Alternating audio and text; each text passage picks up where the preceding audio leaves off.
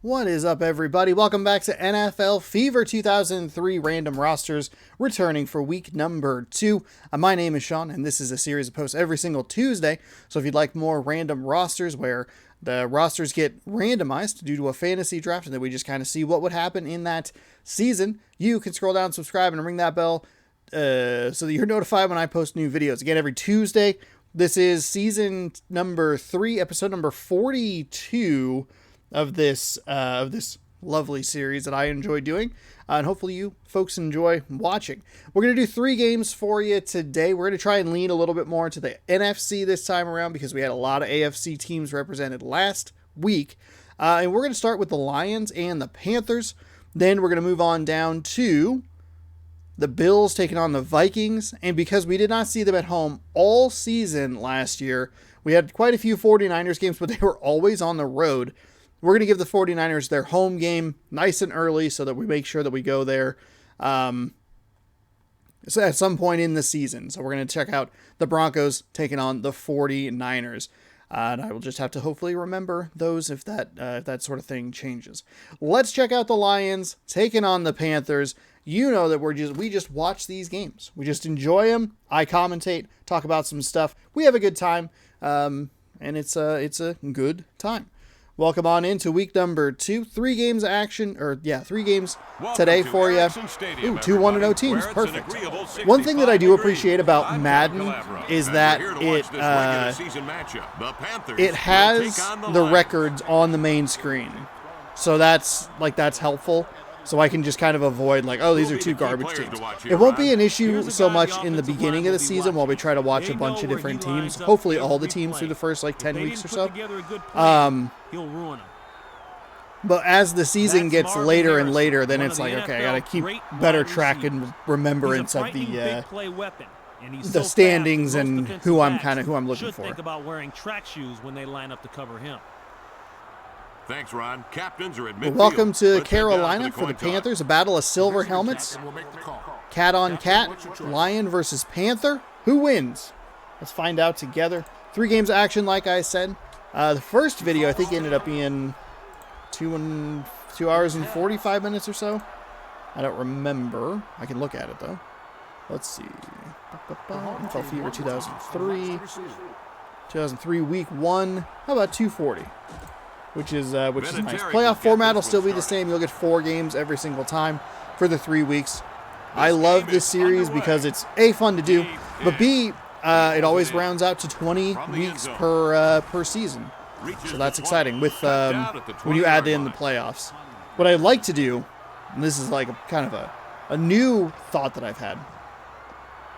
What I would like to do is I'd like to do Demolicious on the console that the NFL game is being played on. I think I for some reason bought all the Maddens on PS2. I should probably actually just go back and buy them on Xbox because this fills out the screen better. It has a setting in there. Maybe I can fix it to fill out the screen. But when I use the PS2, you can see bars on the side, which isn't the worst thing in the world. Jeff Garcia, Emmitt Smith, Marvin Harrison. Oh my goodness. Kind of starting to see why that team is 1-0 already. It's a couple of good pieces. Obviously, Emmitt Smith, huge. Harrison, huge. Jeff Garcia, not bad by any stretch. Feels like a team with a couple of fantastic pieces on the outside, kind of elevate maybe a mediocre quarterback. In much the same way a mediocre quarterback might elevate, an outstanding quarterback might elevate a more average receiver. I'd argue that it goes both ways. Here's a look at the Lions defense. Point anybody you know. Jeff Nelson, or Jay Nelson. We saw a lot of him last time we did NFL Fever. I remember that face.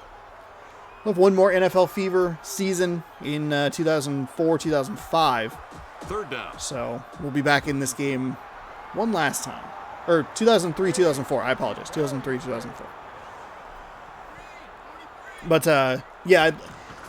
So I was thinking that was almost an interception. Can't play it much better than that. I have a bunch of Xbox demo discs, so right now Demolicious is running on the Xbox console. We'll get 20 or 21 episodes out of that because I had a broken PS2 disc, or PS1 disc. And then If I don't go buy the Maddens on Xbox, I could switch back to the PS2, but I don't actually have enough discs for that, so I'd have to go buy more demo discs, which is not a great thought. Kurt Warner, Terrell Davis, Muhammad Hines Ward. Oh my goodness. That is what a quartet. First down. I wonder, hang on. I want to fix a setting. I have so many controllers on my desk at the moment. What I would like to do is go to the options, the sound. Oh, intercepted. He's gone. He's gone.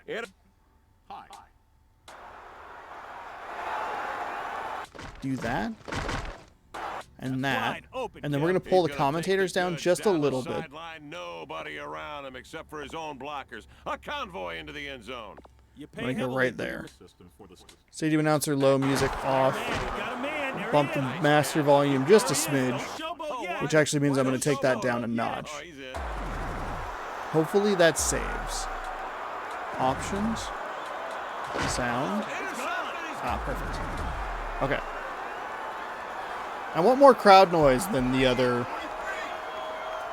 stuff.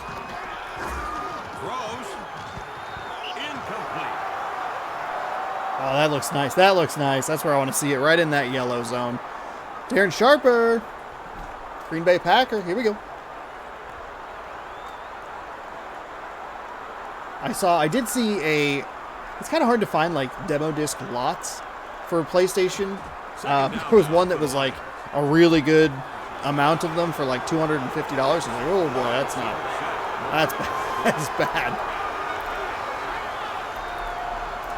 Let's see what we can find. Oh, it's still up, $225. I was slightly incorrect. It is a lot of 44.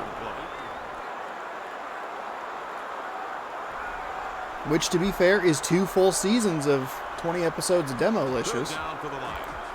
Yesterday's Demolicious, I'm going to just throw it out there right now. Incredible piece of content. Incredible. All right, 3rd down and 2 here. About a minute and a half into this one. Warner looks, fires, jump, makes the leaping grab. He stepped out of bounds and still got tackled. That'll be up near the 45-yard line, and that'll be a first down for the Lions.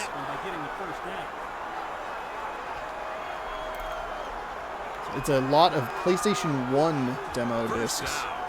The issue is that I would probably have some duplicates in there, but I also did buy 4 jam packs. So. Davis with the ball. Cut down. He showed me something with that one. Offense just plain slapped the defense upside the head on that one. Of a lot of 16.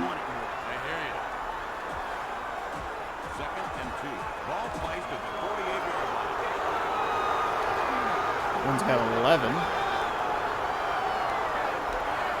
Can you... Drops back. All kinds of time. Oh my goodness! He had all day in the pocket and he threw an interception. He threw it right to Donovan. I can't even talk. Donovan Greer with a pick right there. Oh my God.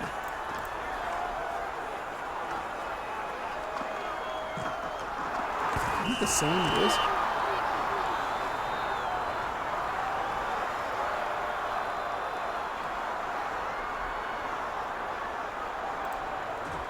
First down. The Panthers from a single back set. 80 PS1 and PS2. 33? Okay. All right. There's some options out there. We'll give the quarterback something to think about the next time he throws.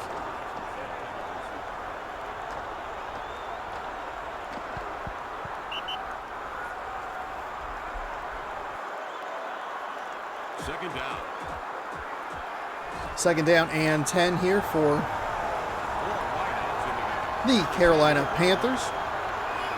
Jeff Garcia leads the Panthers offense out there after the interception. Good field position, drops back to pass, throws to the left side, wide open. He's not going to be able to turn up field in time. It's going to be 3rd and short. That's a good play, even if it should have been a first down.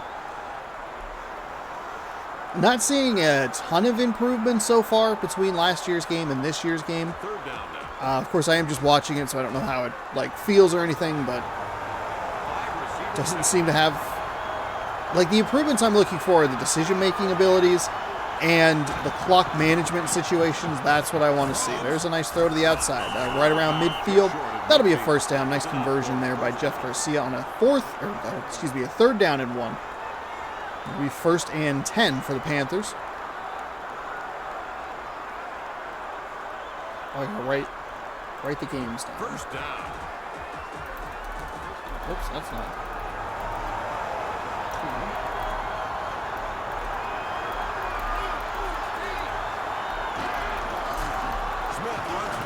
Oh, a nice run off the left side, and nice. Hey, look at that. See how you can like use a juke to be effective? We're going to check out Buffalo. First down for the Panthers. And then Denver at. For the Panthers. They're going with motion. At San Francisco. 2.5 to go. A nice try on the run play, but nothing there. Good defense by the Detroit Lions to break through the line and make that a loss at 2 on the play.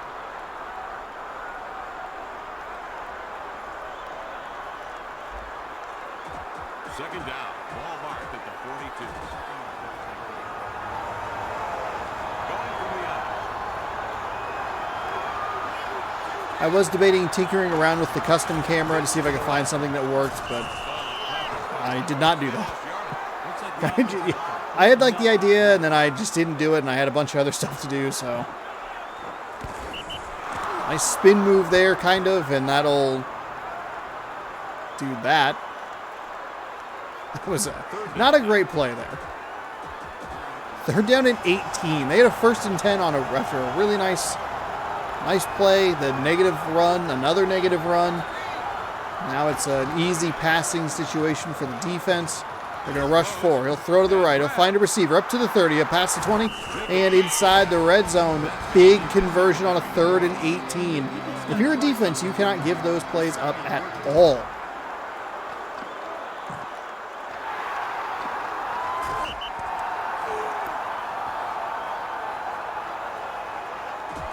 First down for the Panthers. Panthers making a nice drive here after the interception. Back to throw. Oh, Garcia got absolutely crushed. This Detroit defensive line is making some moves against the Carolina Panthers offensive line. Able to get through. They've been getting penetration to get tackles for loss on some run plays. There's a nice Malloy. There's a nice sack right there. Just broke right through. No chance for Garcia to set and throw or even try and get rid of it at all. 6-yard loss.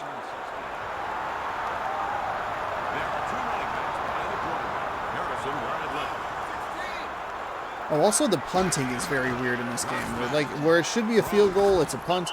I don't love the decision on that throw to throw to that receiver. It looked like he may have had somebody on the outside kind of coming across deeper down the field. And it's going to set up a 3rd down and 16. Detroit just gave up a 3rd down and 18. Could they hold them on this?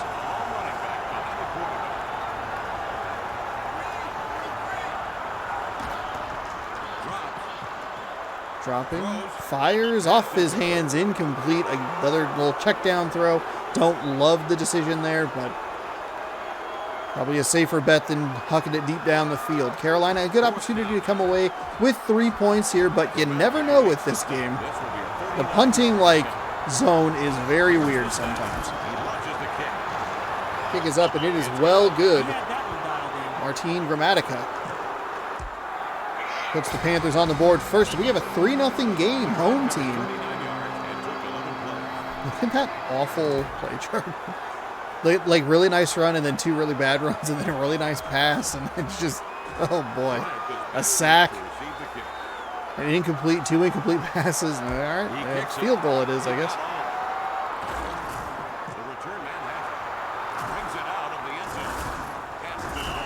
Ooh, almost an opportunity for a nice run back there, but a good tackle by the Carolina kick coverage team.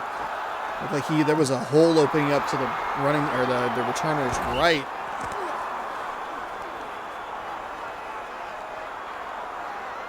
Detroit threw an interception on their previous drive. What happens this time around? Kurt Warner had all day in the pocket, rolled out and threw just directly to a Carolina Panthers defender.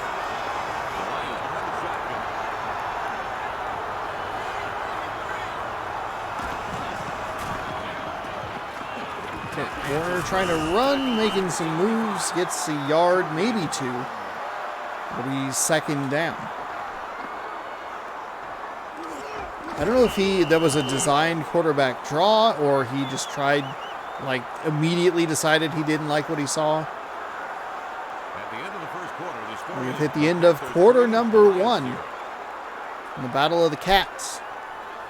The Panthers are up 3-0. Fun fact about the Carolina Panthers logo, it's the combination of how the states look, North and South Carolina, which is kind of interesting.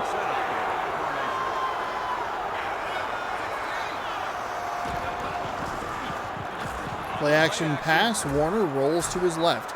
Stops, fires, pops it way down the field. No one there. Ball stayed up there for a while. It was not a great throw. It was too inside of the receiver. The defender had the better shot at it, honestly.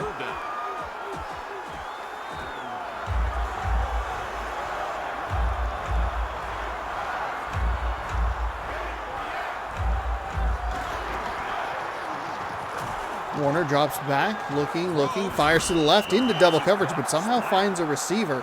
Not enough for the first down. It should be a punting situation here for Detroit. I'm really surprised that he found a receiver there. 4th and 4 to be exact. As the clock winds here in the second quarter.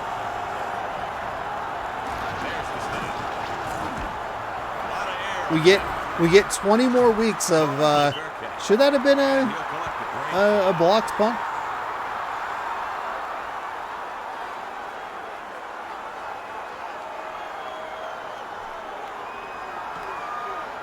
First down. Two-back set for the Panthers. Harrison wide left. Starts a man in motion. There's the handoff. Hands the ball off. Ooh, a nice move to get out of a defender's reach, but kind of slowed himself down, and another defender tackled him. It's like maybe Sims on that tackle, defensive lineman.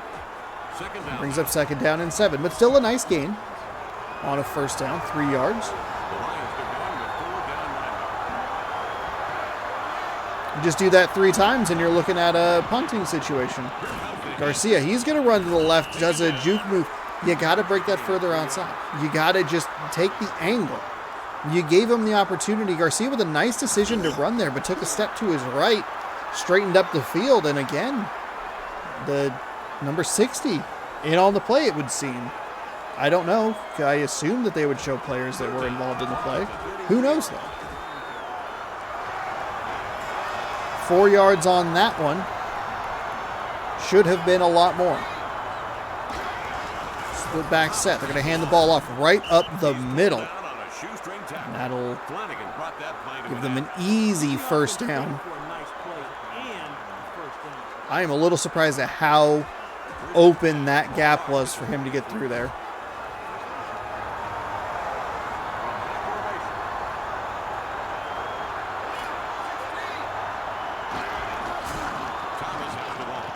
Handoff there. It seemed like 2 players were in the wrong spot, or 1 player was in the wrong spot. There were 2 players right next to each other. That could have been, a fumble, a bit of a dangerous play there, but finds some room, and by some miracle, it does not go disastrously wrong. Javon Curse on the defensive line for the Detroit Lions. Why learn the rosters of the game when you can look up demo discs on eBay? Garcia drops back, throws right, finds a receiver. A nice reaching grab there, and an even better shoestring tackle to drop him down, short of the line to gain. I like what Carolina is doing here. They are taking a lot of time off the clock. We might hit the 2-minute warning here before they even get another playoff. It's been a lot of runs, The passes have been completions, even if they have been short gains. They're leaving this Detroit defense on the field for a long time. Throw again to the right. Another shoestring tackle. 6 for 10, 54 yards. I know there have been a couple incompletions, got toward the goal line. Things started to go a little haywire. They ended up settling for a field goal. But this drive is looking nice. And Carolina will get the ball first out of the second, or out of halftime. So score, go down, score again. Make it a spicy 9-0. Inside the 40. That's a gain of at least 6, maybe 7. Second down and manageable coming up. It's right in that weird length. 4 is like kind of like medium. It's like low medium. And 3 is like high short, long short. Second down and 4.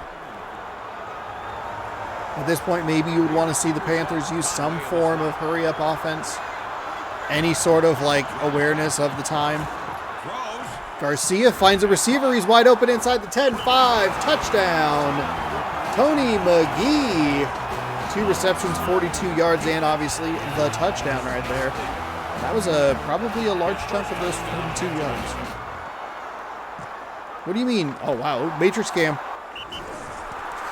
It did a juke right at the goal line. It got tackled.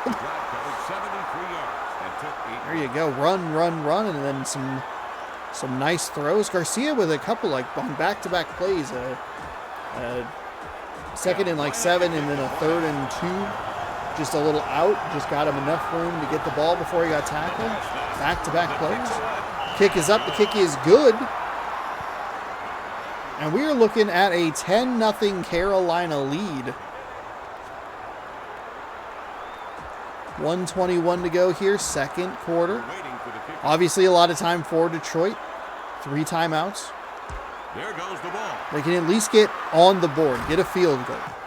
You don't have to get 7 here. You have time. But we have some room off the right side. He didn't see it or just didn't go there.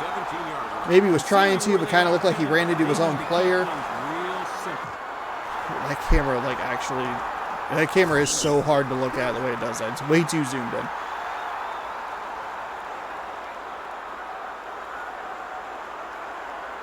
Ideally, you would have it like tight on the ball and then zoom out, and then when he gets it, then zoom in.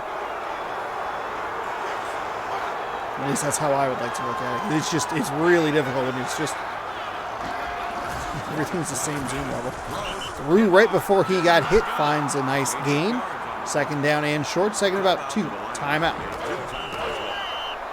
That's a nice find. He was about to get clobbered in the backfield for a sack, but Swag walks out of that one and finds a completion for 2 yards. Second and 2. Ball spotted at the 26-yard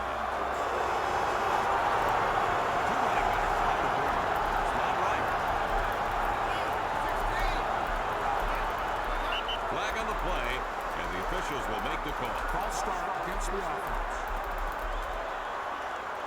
Oh, a false start against the Detroit Lions offense, and a 2nd and 2 turns into a 2nd and 7. First penalty of the game, first accepted penalty of the game, first penalty of the game in general, but they like to say accepted penalty. Finds a guy right near the line to gain, but that's not going to be enough. Detroit, you gotta pick it up here. That was the big improvement going from NFL Fever 2002 to Madden 2003. Hurry up offense. Any sort of semblance of a 2-minute offense, using, at least attempting to use as little clock as possible. And this game is just a very leisurely stroll. 3rd down and 2. Warner fires out of the reach of a receiver's hands. He had what he was looking for. He had him deep down the field, but nothing doing there. Now the ball will go back to Carolina. He's already looking pretty good in this one. Up 10.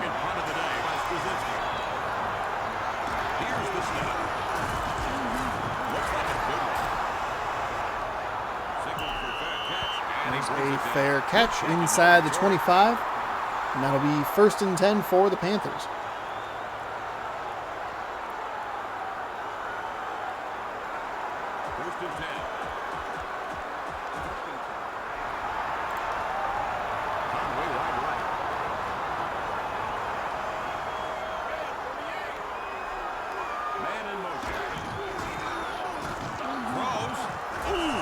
finds a receiver up near the 40. Do we see a timeout here? Defense better find a way to take that play away.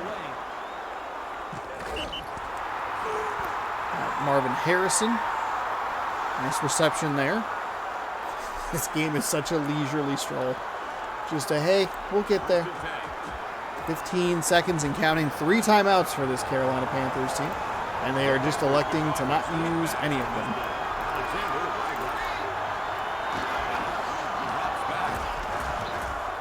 Rolls to his left, fires over the middle, and that's a contested ball, almost intercepted.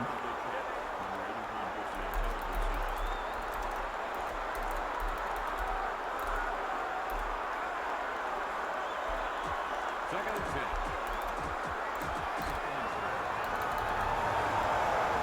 Single back set.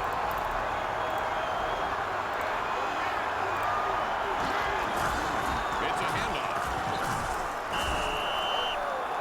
That should do it for half number 1.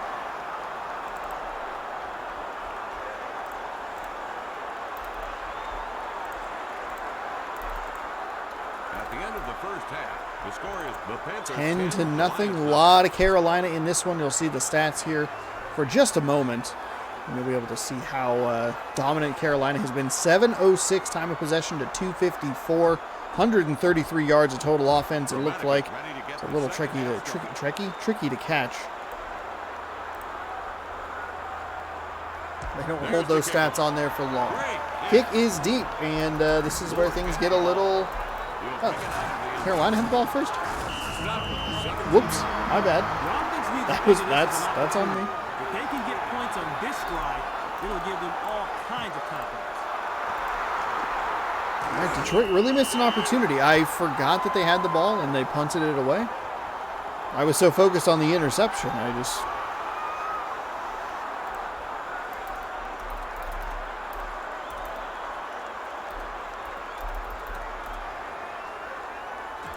First and 10.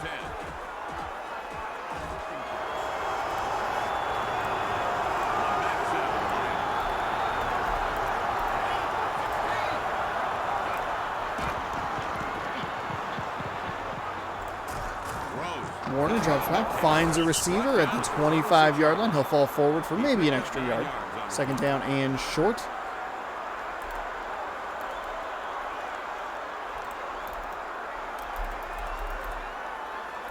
Second and inches.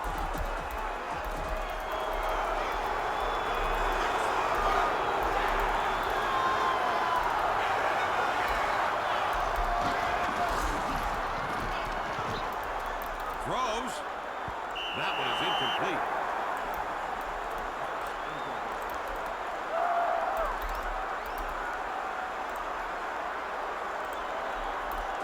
Third and inches. They're going with a single running back.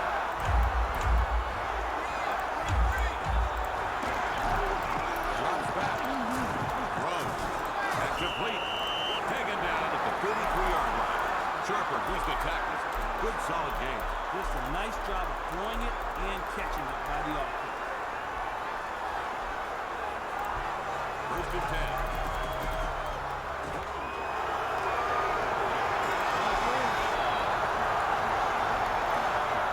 First down and 10 for Detroit here.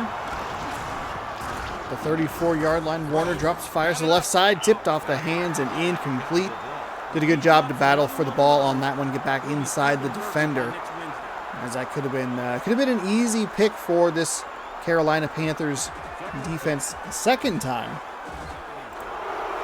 Carolina opportunistic on the first interception, leading to a field goal. Not as opportunistic as I thought when I started that sentence, because I forgot that it just led to a field goal. It wasn't all that exciting. He's on the move. Warner again rolls, sets his feet, fires out of bounds, and does the smart thing and just throws it to no one. The bench probably going to be the MVP of the season. Never going to drop a pass. Always going to keep your butt comfy.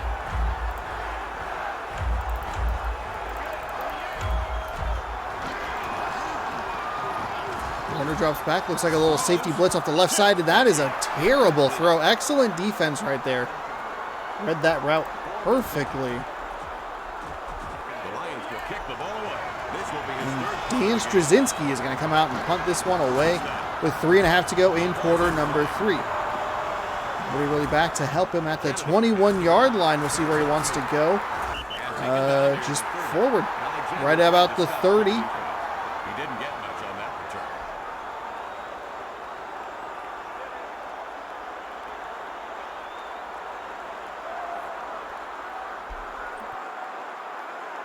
First and 10.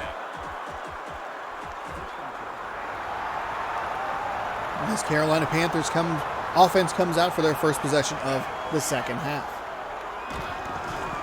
Smith runs it. Nice handoff there. It looked like it was a little bit of a delay. A couple of actually useful, good spin moves. That is mind-boggling right there. I can't believe they actually did that effectively.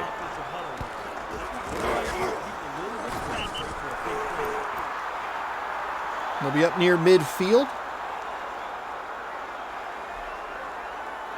First and 10.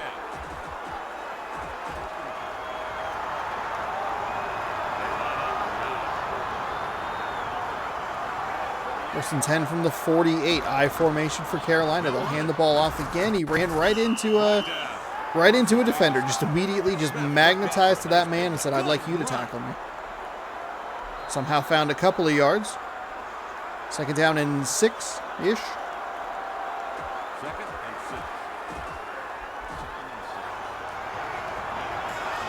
Four receivers on the field. Slot 9.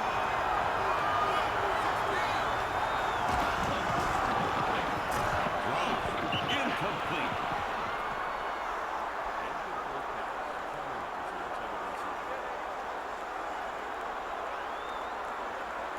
Third and 6.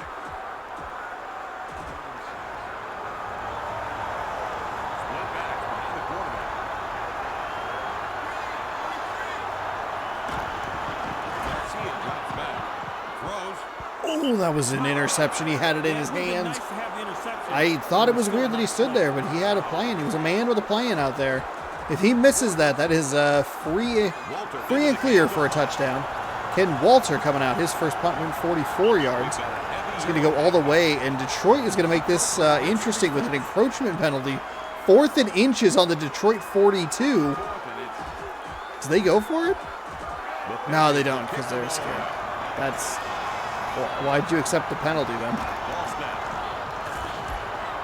He got run into by the guy who just kind of is supposed to block the punts. Oh, it checks up, but not enough. I don't know if you saw that. Go back and take a look at that. Watch basically the guy that got punted into, the ass on the Miami Dolphins team. That guy got kind of, I don't know, blocked into or pushed into the punter, and it got dicey there.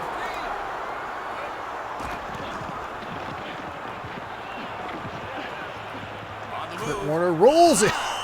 Oh my goodness. Absolutely demolished. Take a look at this replay. He's going to stand back there, wait, roll, and then just got pushed down. Second down and long after the sack. Carolina Panthers offense has cooled down a bit here in the second half. Second down and 17 for Detroit. I formation. Kurt Warner drops back, and it's not protected well enough to avoid a second sack. This is going to be third down and huge. That is sack number 2. It could be as much as second down and 25. Third and 23, excuse me. I meant to say third down, but I goofed up the down. Third down and 23 to go. From the 8-yard line. They got to get all the way to the 30. That is just not a great throw. It wasn't anywhere near the sticks. It was into double coverage. Everything about that sucked.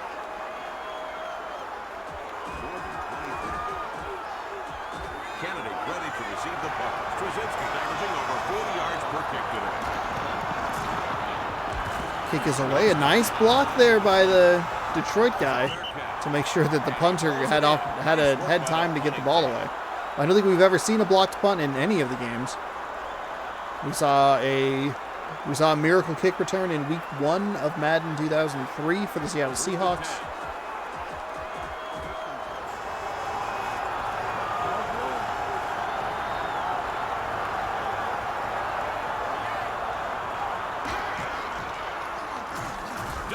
Fires to the right side, finds a wide open receiver, one-on-one, nice stiff arm.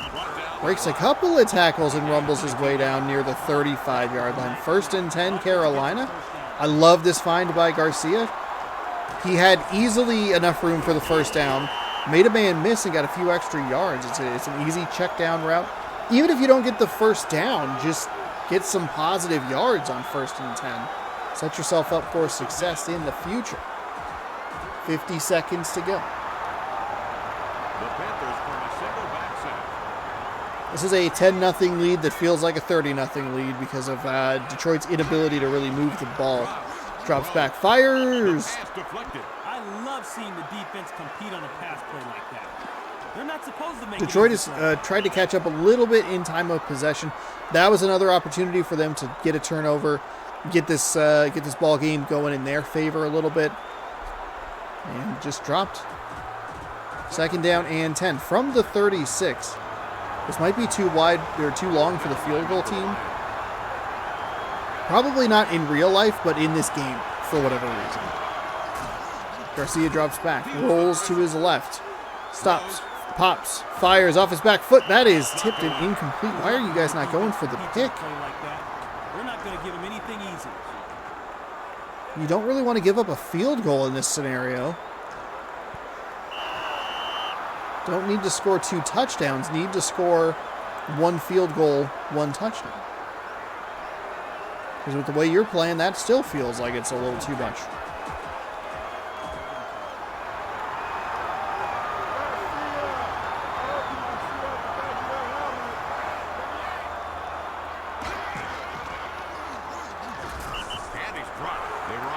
That is a key sack right there by Keith Mitchell.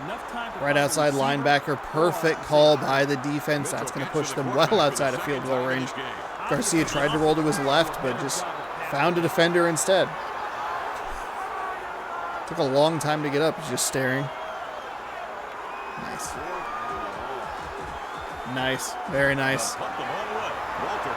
My compliments to the equipment manager. Oh God. How are these not getting robbed off the foot? I want to see a blocked punt so bad. No return this time. That's a touchback.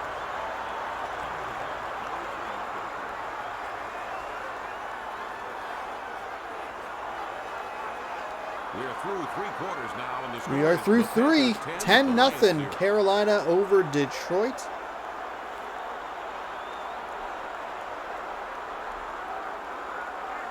$45 yards of total offense for Detroit. Oh my goodness.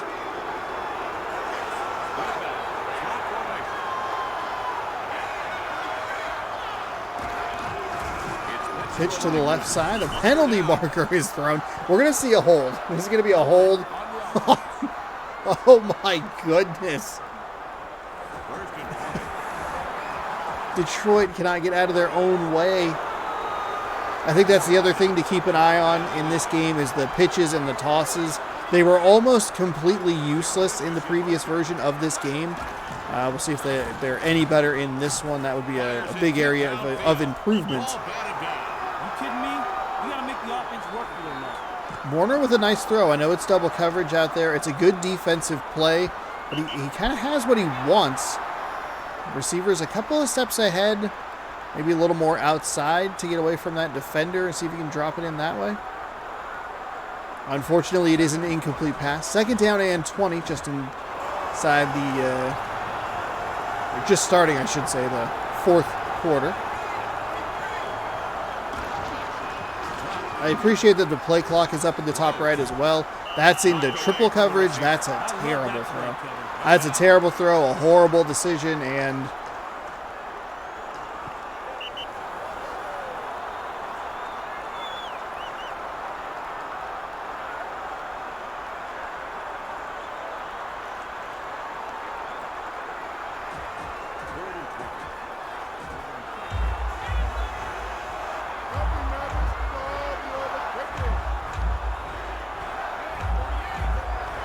it is 3rd down and 20 now. Obvious passing situation. Rolls to his right. Fires off his back foot. And for some reason, I think the game is maybe kind of broken a little bit. The defender was in a really good spot to either like knock that ball down or try for the pick, but instead just turned around and hit the receiver instead. Not pass interference at all or anything. It's just a weird, like, if you were facing the quarterback, if you were facing the quarterback, you would just make a play on the ball. Don't worry about the defender behind you. But he like turned. It looked like his character model rotated and he just went back into the defender. So Detroit had 45 yards of total offense. They lost 10 on a penalty and got none. So they have 45 yards of total offense. If you take all the penalties that they have acquired, they're down to 20, maybe 15. First down and 10 for Carolina. Garcia's going to try and run it. Had a little bit of room off the right side, but just looked like the... We'll take a look at it here. He moved left for no reason.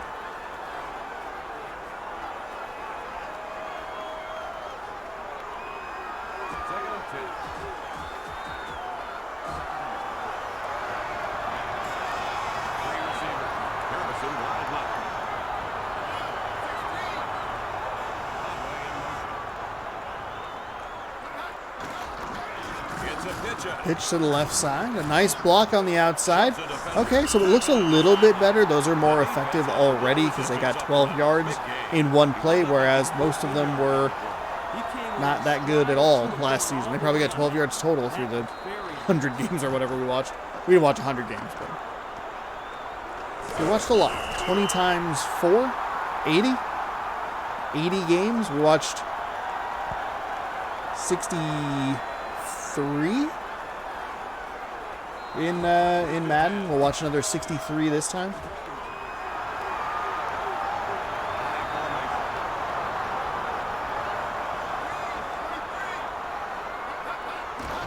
So first and 10 after the nice play. They're going to try another pitch play. Makes a nice move on, makes a man miss up past the line to gain, and they'll get inside the 30. First down and 10.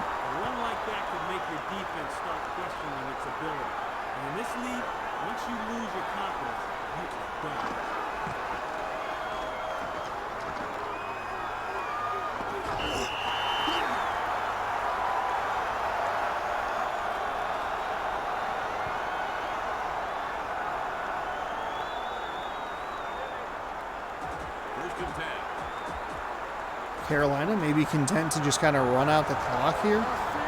Two really nice plays. Those are stretch plays, toss plays. It did not work last season. You've already seen him go for about 25 yards. He makes another man miss in the backfield. It could just be that Emmitt Smith is very highly rated in this game. But I do think there could be something to it. Because we saw last time we used NFL Fever, episodes 1 through 20 of this series, that the programming seemed like it was just off a little bit. The receivers weren't holding their blocks long enough, and by the time that the running back got there, that was when the game was kind of just like, okay, well, we'll just let them go. Two nice spin moves, still lost 3 yards. This time you're seeing them block better down the field and hold those blocks. Some nice moves again in the backfield to get out of that stuff, or to get out of some tackles. A nice stiff arm here and there. That's nice to see because, boy, do they like to move around a lot and do a whole lot of nothing. Third down and 15 after two negative run plays. A designed run play to Smith and then a sack there on Jeff Garcia. Split backs, I should say. Rolls to his right, stops, kind of did something weird and just kind of fell into the defender. That's another sack, and that'll push them back to the 35-yard line. I don't know that we will see a field goal attempt here.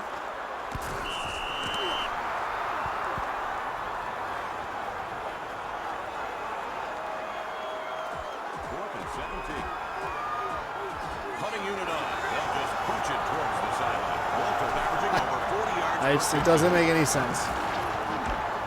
What makes even less sense is that they punted before the 2-minute warning, but this game's clock management has never been its strong suit. We will hit the 2-minute warning.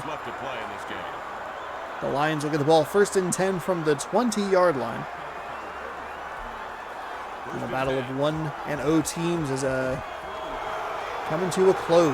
We'll head to Minnesota next. A couple of NFC North teams. Bryant in motion. Drops. Throws. Complete. Goes out to the left side. Made 5 yards on the play. Timeout called by the offense. They have two Timeout, timeouts Detroit. left.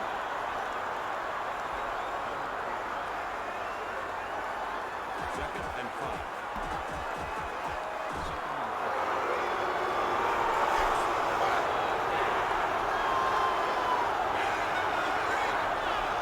Here's a question for you. In this scenario, you're down 10, 2 minutes to go. You need 2 scores. Obviously, the field goal and the touchdown, because I already established that you're down 10. What do? Do you take the field goal first? Or you try to drive down for the touchdown before you attempt an onside kick?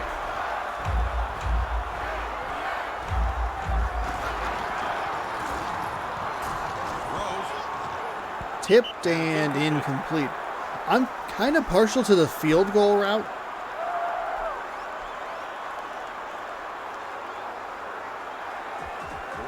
Personally, I mean, obviously, a field goal gives you more leeway with how far you can get down the field, but I don't know. I would go for the field goal first. That's a terrible decision right there. I'd go for the field goal first. I would kick the ball deep and try and save as many timeouts as possible to play the field position game. If you kind of started in this scenario where you start at your own 20, try to get a couple of big pass plays, go out there, knock through 3 with a good kicker, hopefully. Oh, that was 4th down. Okay, I guess. Was that 4th down? That's weird. He stopped. Lyle took down the But ball. then that makes that decision even worse. I thought it was dumb in the first place. Defense isn't going to just roll over and play dead. This is the NFL. Try to pin them down near the No 20. free lunches. You got to earn your scores. The Lions could call the timeout. Rely on your defense. Second and 8. Maybe that would be the key. Maybe that's the key for me is Smith has the ball. I'm kind of partial to kicking the field goal first, but maybe it's field position He dependent. made good use of his blocking.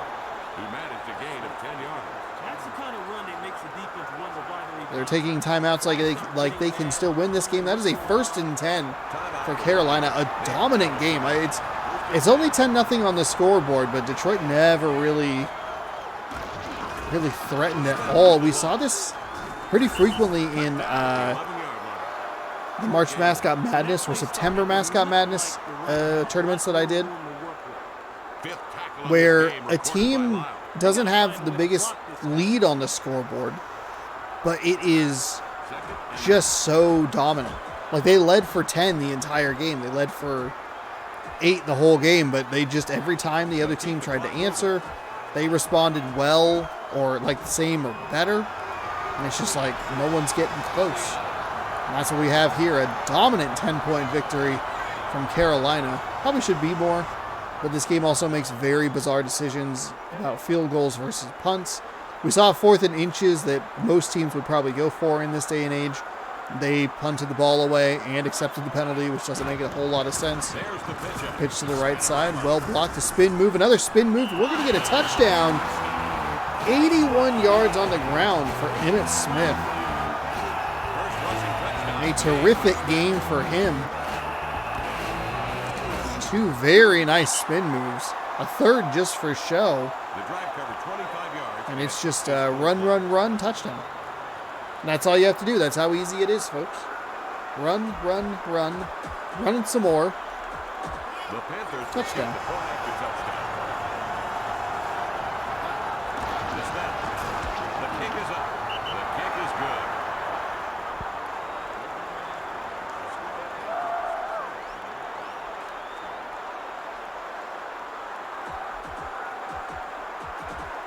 Ball teed up for the kickoff. It's kicked. Big kick.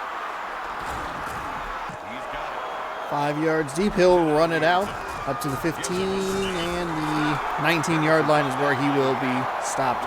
1st and 10 in a game that's been gone from the Lions for a while. But there just wasn't anything there.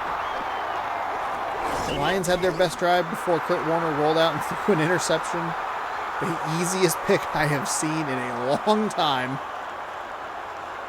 And I'm not talking about some of those, like, just throwing it up Hail Mary kind of picks. I mean, just, like, trying to make a throw and it just does not go right to the defender.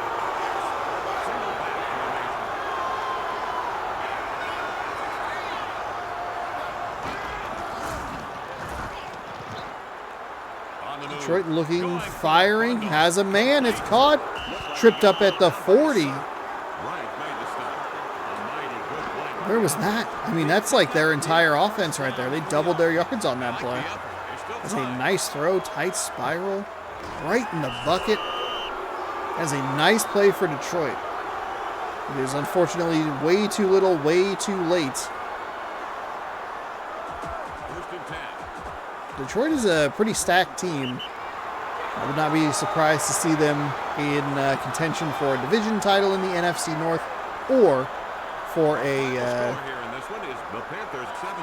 playoff, like a wild card spot later on down the line. Donovan Greer, your player of the game, a couple of tackles. The Pepsi highlight reel is here. I didn't get to read his stat line because I was trying to, oh my gosh, that's not a highlight for Kurt Warner. Kurt Warner, that's a weird highlight. Okay, Kurt Warner again. Who won this game, by the way? Oh, there you go. There's a, oh, I did not realize how much he got blown up on that backside of that play. 2 spin moves by Emmitt Smith. That was the sealer. Flash back a little bit. And McGee with a beautiful touchdown catch. Made it 10-0. The other touchdown that you just saw made it 17-0. Dominant game there. Detroit had 45 yards of offense-ish. Oh boy, decreasing players. Jeff Garcia somehow is a decreasing player, even though his team won. The Lions, a lot of decreasing players here. Oh, that did not give me time to look at all that. Did not realize that was on a timer. All right, 17-0 your score. We are heading to Minnesota to check out the Bills taking on the Vikings from the Triple H Metrodome in Minneapolis, I think is where they play. Minneapolis, Minnesota. It's game 2 of our triple header here. We saw 2 1-0 teams play. Now we're seeing 2 0-1 teams play. A temperature of 68 degrees inside the dome. Our first look at the Bills and our first look at the Vikings. Bills and Patriots were the class of the AFC East in last season's simulation, with the Dolphins playing a sneaky spoiler throughout the later portion of that season into the playoffs. Jerry Rice is a Minnesota Viking in one of his, maybe his final season. I think Rice and Emmitt Smith aren't going to play much of a factor all that much longer. So enjoy watching them while you can, provided we actually watch them. He calls tails. It is tails.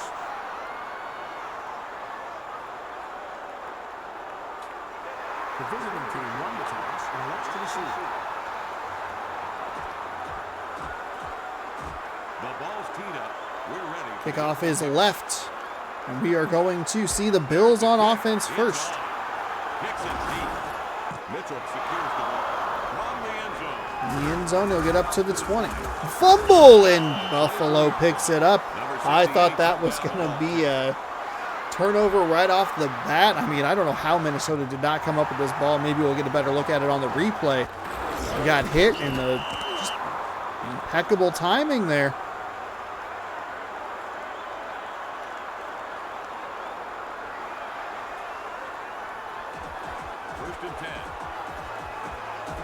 So first down and 10 from the 24. We have a 12 on the field.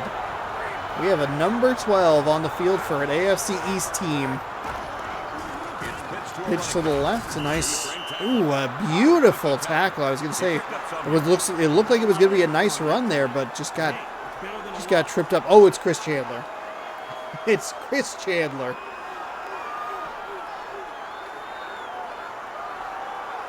I don't know that we have seen Tom Brady just yet. We have 3 more opportunities here.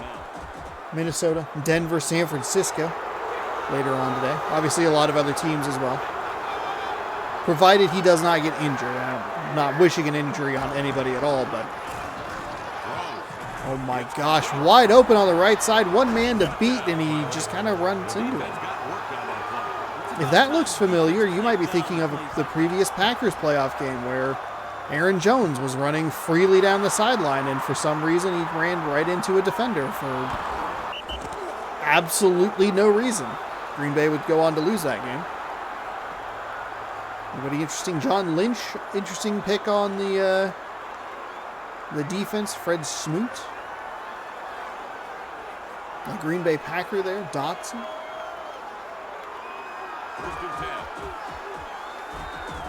What's up with the Saints and their turtleneck with the logos?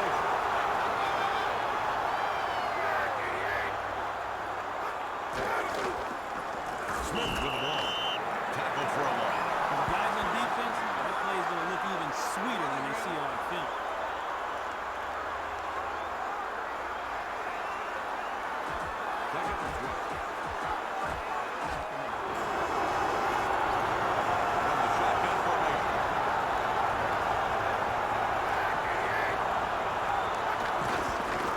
Second down and 12. Chandler drops back, fires to the left, finds a receiver. He's going to pull away from the defender. He stiff arms a Viking, but he popped himself out of bounds with his own power. He didn't know his own power. Take a look at the replay here. He's going to stiff arm a kind of jump step so to the side, and out of bounds he goes. First down and 10 at the 22-yard line. Buffalo looking good on the first offensive possession of this game. Dropping back. Fires over to the left side and threw an interception. Fred Smoot was right there, and just like the previous game, quarterback throws directly to a defender. Look at this throw. Smoot reads it beautifully. Excellent play. Comes away with the pick and prevents Buffalo from scoring any points. Tim Couch, Jerry Rice, Kleinsaucer, D. Rhodes. Some highlights. I don't know that Tim Couch is a highlight. Jerry Rice is a highlight. Got to be kind of bummed that it's going to probably be his final season. Good, Tim Couch, huh? All right, we're 0-1. Fantastic. I don't know. CPU trades should be on. That'd be interesting to see if we see any big moves. I don't think we've really seen any at all. We've seen some injuries. Oh, there's another Saints player. You can really tell. You got okay, so jersey. You got, I think, another jersey there. Kind of just some plain shirts that they cut at the collar, to not give too much away. And then the Saints go way up here. The Saints and the NFL have sponsored this shirt. Blown up in the backfield. After we take a look at the Buffalo defense, that might be my favorite feature of this game, is just how every single time it shows you who's on what team. That is fantastic. The ESPN 2K games do it pretty well, but you can't do the franchise mode like this. So that is unfortunate. I feel like that game would bring in a lot of, might bring in some views. I feel like I'm using the most well-liked versions of Madden, but I don't know that a lot of people are out there going oh, NFL Fever. I'd like to watch some NFL Fever. But you know what? We're doing it. We're doing it because I find it fascinating. If you're not making content for yourself, who are you making content for? Do stuff you find interesting. Jeff Fiegels. I believe that's a Seattle Seahawks jersey. 1 punt for 47 yards. Surprisingly, that's his average and his long in today's game. 1st and 10 from the 34. A pretty nice punt, though, to get a little bit of a field position flip. Minnesota unable to do anything off of the turnover. That is an unbelievable offsides that they'll most likely. Please let them decline this. Offsides on the defense.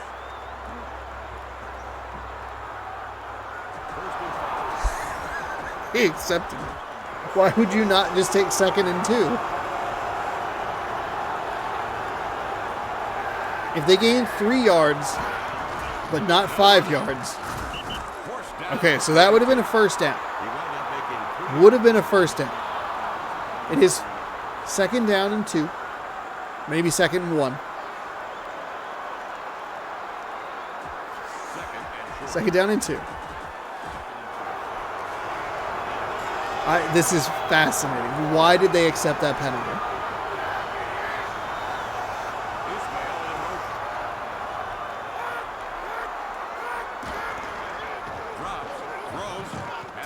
Okay, they got the first down either way. Still, I don't love the decision, but it didn't matter. I was very curious if that was an incomplete pass. Like, where do you go 3rd down and 2?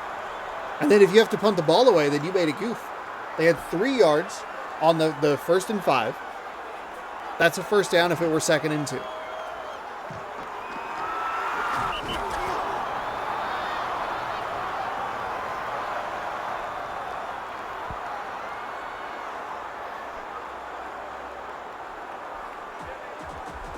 First and 10.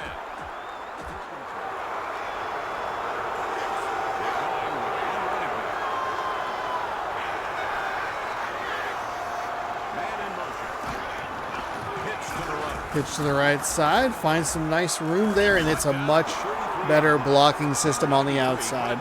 This is what you want to see if you're a video game football fan. One sure way to inflate your offense's confidence is to run the ball like that and pick up first down.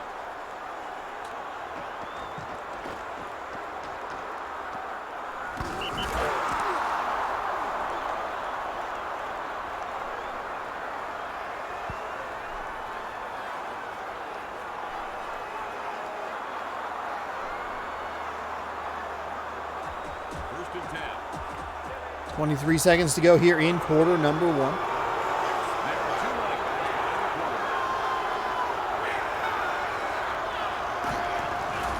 It's a run. Run off to the left side, gains a couple. Short game.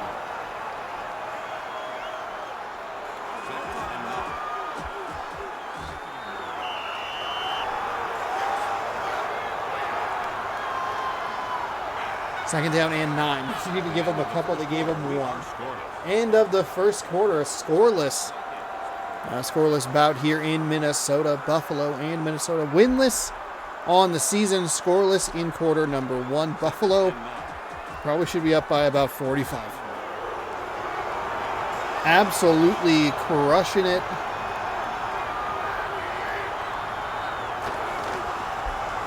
Second down and 9. Finds some room off the right side. That's a nice gain right there. Probably 5 yards, maybe 6. Set up a 3rd down and manageable. They'll give him 5. 3rd and 4. Is that Sean Alexander? Did I miss that earlier? Fires over the middle, finds a completion. That's going to be inside the 15 for a 1st and 10. Chris Chandler doing some good things here. I want to say that Sean Alexander played on the Buffalo Bills last time. Like in Madden. So we have like a 1-to-1 comparison. I mean, that would be like... Okay, now we go back through Madden 2003 with the exact rosters that way, and then NFL Fever with the exact Madden rosters. Really drag this series out. For the 4th time, we're watching the 2002 and 2003 NFL season. Oh my gosh. Second and 10.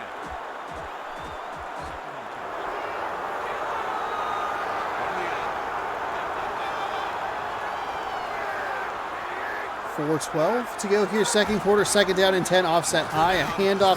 We have a penalty marker down immediately. It is going to negate this touchdown. And we're going to have a hold on the offense. It's 1st down, 2nd down and 20 now. That was, that penalty got thrown immediately. And I think it was on the left side because it seemed like things weren't going very well on the right side. He made a nice move to spin out of it and get around. Like, that is a Didn't matter. Okay, all right. Touchdown either way. Hakeem with a 22-yard reception for the touchdown.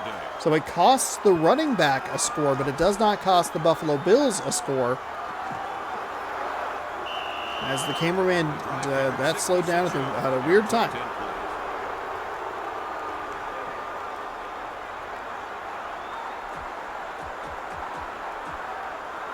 The Bills line up to kick the extra point.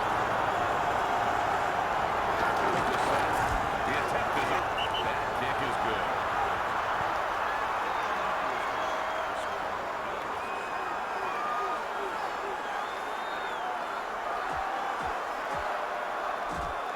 Blanchard is ready to kick off. He steps into it. Dawson secures the ball. From about the 3-yard line. Nice run back. He's going to get past the 30, it looks like. I got to wait for the camera to, like, pan inside. It's a little tight on the run backs.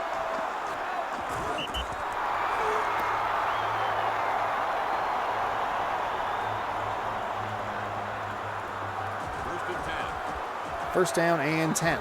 30 from the 31-yard line. Tim Couch leads the Minnesota Vikings out for their second possession of the game.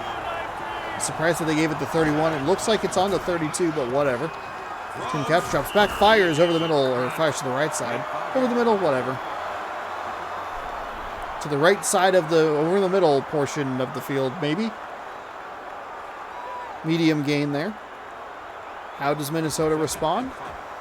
Find out here. Second down and 5. Plowing through this first half. 2 receivers split to the right side of your screen, just above me. Pro set offense. Floated pass. That should have been an interception. That 1,000% should have been an interception. He had that timed. He had that read. Everything was there for him to make that pick. And he just couldn't do it.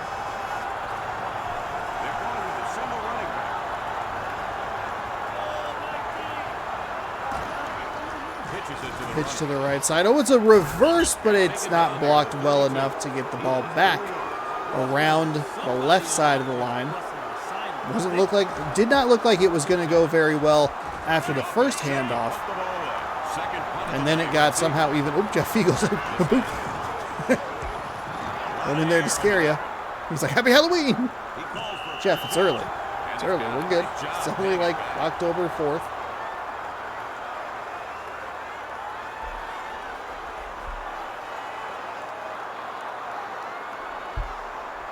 First and 10. So under 3 to go here in the first quarter. Chris Chandler leads the Bills out on the field again. Offset I formation. Going to hand it off the right side. Well defended by Minnesota.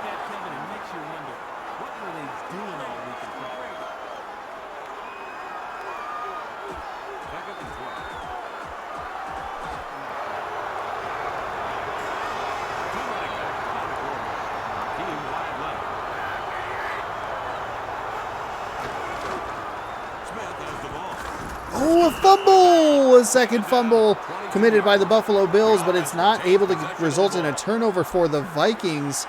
That is a huge miss there for Minnesota again. Gotten some good hits on it. They've jarred the ball loose, but obviously not getting the bounces that they need to. Buffalo, things bouncing their way. Third down and 7.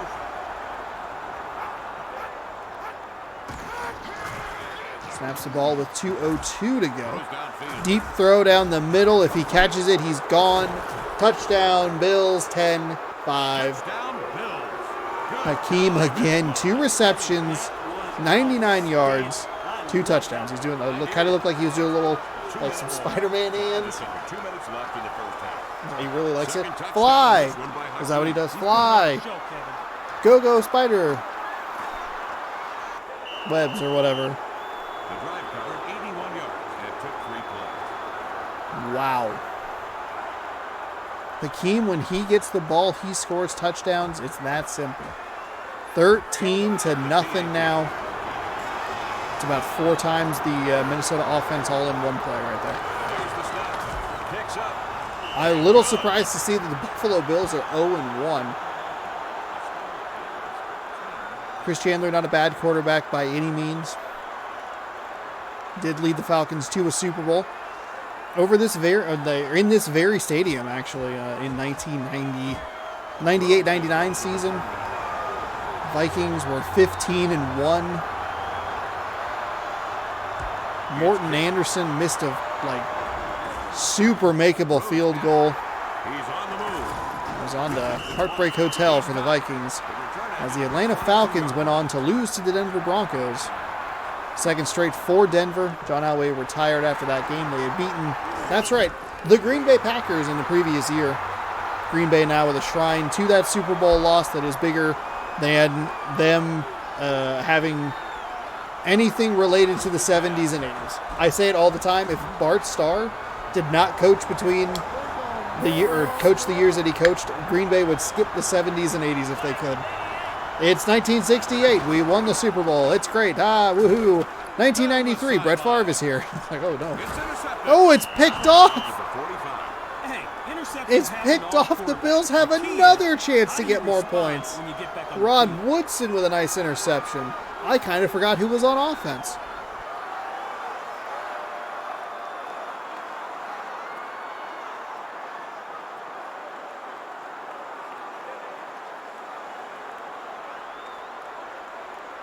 First and 10.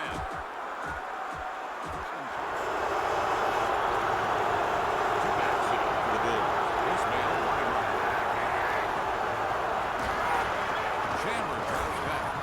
right. Chandler drops back, avoids the pass rusher, throws it into a bunch of traffic, and somehow finds the friendly hands of a Bills receiver. He wound up making a yard on that play.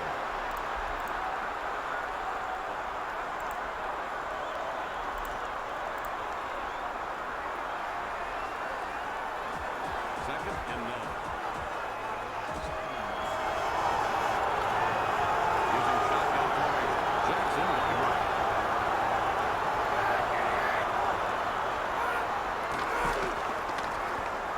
Throws. Throwing over the middle, To measure for the first down. Did he make it? inches short of Sorry, Charlie. first down. 3rd and inches. They line up in the eye.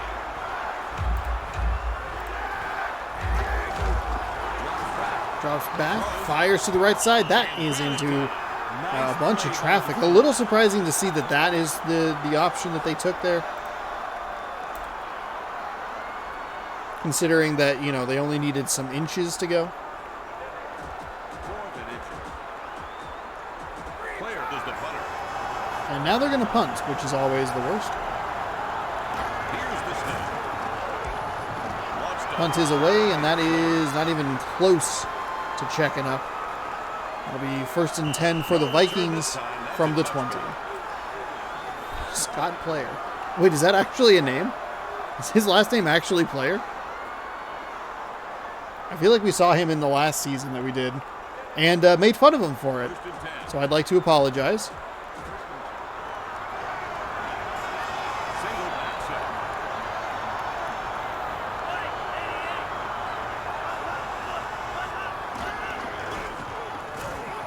Throws downfield. And grabs. Oh, he finds a receiver, but he got tripped up at the 40. Oh, Minnesota had a shot to break into this game, make it a lot closer. It's a nice throw by Tim Couch deep down the field, but a terrific last chance tackle 1st and 10. by Buffalo saves a touchdown as they hold a commanding 14-0 lead. 1st and 10 from the 38-yard line. Drops back, rolls to the left, fires, and that's picked off. Picked off by Phillip Buchanan. They're going to get the ball back at their own end of the field. How important is that tackle now? It went from potential touchdown to a shoestring tackle to an interception. Unbelievable turn of events, and the ball just could not bounce worse for the Minnesota Vikings. 1st and 10 from the 15-yard line. Gonna hand the ball off. Probably just take it to halftime. Maybe should have just gone for the knee so their their running back didn't get blown the fuck up.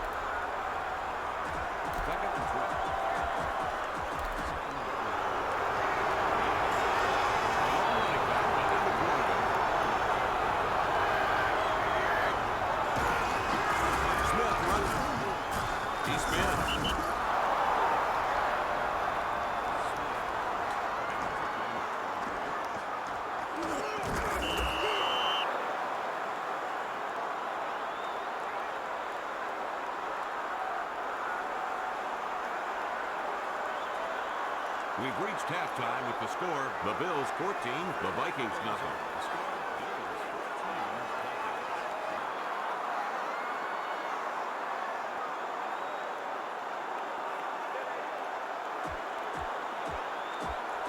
We got mail, everybody. We opened some mail. Made an order from GameStop.com. There's the kickoff. That's exciting. Normally I just get packages from eBay and they're 20-year-old demo discs. This time we have current gen games, or last gen games, depending on how you look at it. And one of these new? Oh. We have Chris Tales for the Xbox One. Chris Tales. Excited about this one. It was $10, so I figured I would grab it. Wanted to play it for a while. Liked the demo a lot. It didn't get the best reviews, but that's all right. Play stuff you enjoy. And then I also got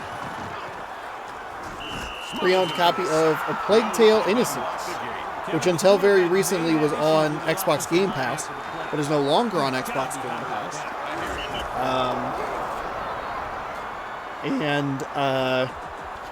Too expensive for me to want to buy digitally, and I wanted to play it before A Plague Tale Requiem comes out, so I just bought the Xbox One version. You can catch that on Sundays. Part 1 should be up right now as this video is posted. Part 2 coming out the following Sunday, and then Part 3, that should be the final part. And then we'll be jumping into Plague Tale Requiem, which is a Series XS exclusive. That'll go up Wednesday the 19th, and then that'll kind of fill in the Sunday slot for a little bit with some more story-focused game action happening there. But Plague Tale Innocence, good game. I didn't love the last bit of it, but I'm excited to play through it again and see if I have a different opinion. I do know that the final boss battle definitely sucks. Definitely sucks. So there you go. That's mail time. Did not realize this Chris Tales was actually going to be factory sealed. Don't get a lot of factory sealed new games from GameStop. They're like, oh yeah, we had the display copy. And who got the last one? And it's like, oh, okay, cool. Somebody with their grubby little children hands has touched this. Fantastic. Chris Tales, I have no idea if will ever be on the channel. No idea. A lot of good stuff coming out in October, and it's it's Halloween month, so I'm gonna finally do it. I'm gonna finally hopefully play Until Dawn. So that should be happening Fridays. Intercepted again. Dexter Coakley this time with a pick. The Buffalo Bills are dominating this game.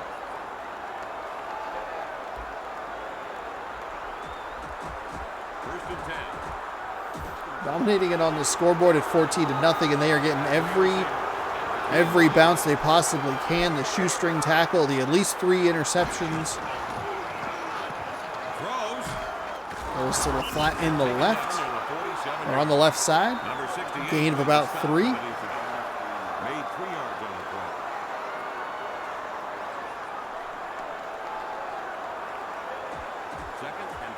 Let's see.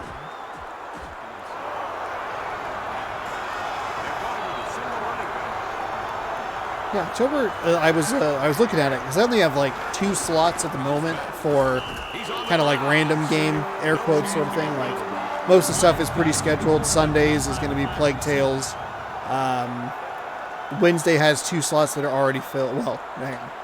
Sundays is going to be Plague Tales. Mondays is demo discs. Tuesdays is this. Thursdays co-op. Saturdays taste test. Wednesdays and Fridays are your two kind of open days, and those slots got filled up real quick. I'm going to finish Metal Hellsinger. That'll be up on Friday. I have 2 Wednesday slots already filled. Two videos for Wednesdays already uploaded in October. One of the spots is filled for a Plague Tale, the first couple hours of that. Finds a receiver in that whole mess. And then I'll give him the first down. And then Fridays are going to be taken on the 14th, 21st, and 28th because of Until Dawn, or maybe the Quarry Director's Mode playthrough. Runs to the left side. Chandler finding some room, and he's going to get near a first down. We'll see where they mark him. Down near the 30. Chandler's doing a little bit of everything. I don't know how proficient of a runner he is.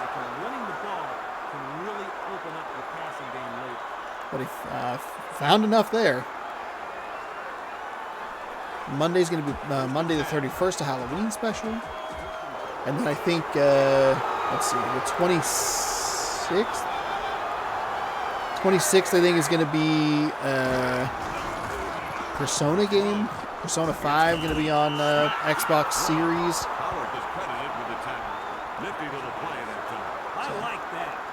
Yeah, the month is booked. October, booked. If any of that sounds interesting, be sure to scroll down, subscribe, ring that bell. That way you're notified when I post new videos. Keep up on this series and all the other things going on.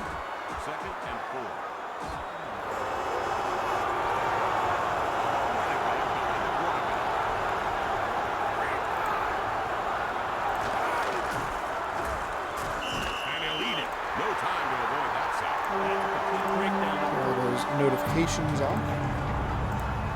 Oh, by the way, it's October of 2022, everybody. That is wild.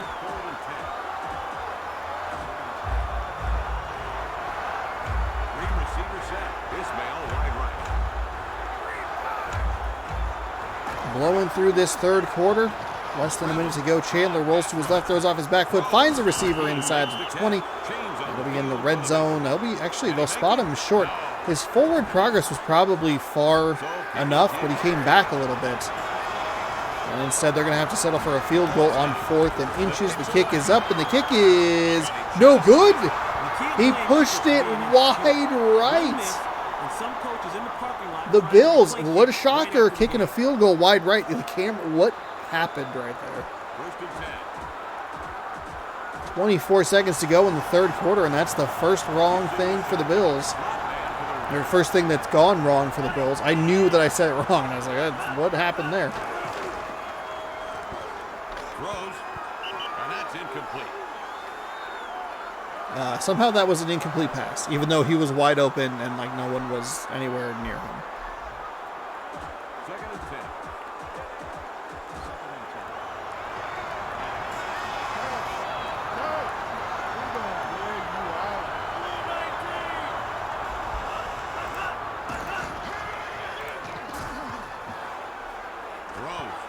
It's incomplete.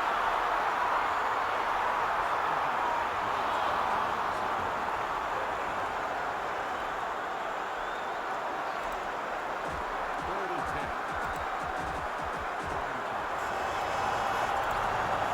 Empty backfield.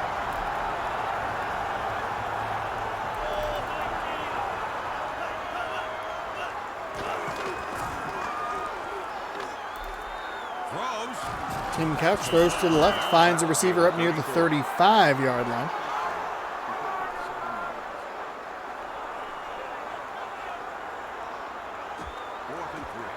Fourth down and 3 from the 33. Jeff Fiegel's going to punt and scare you again. Ooh.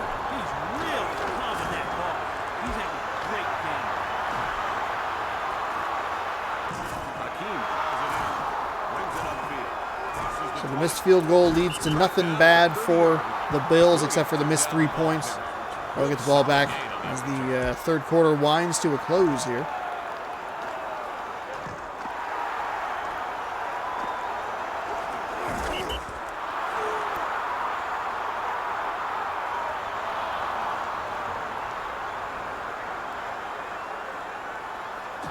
First and 10. 2 seconds to go, to be exact.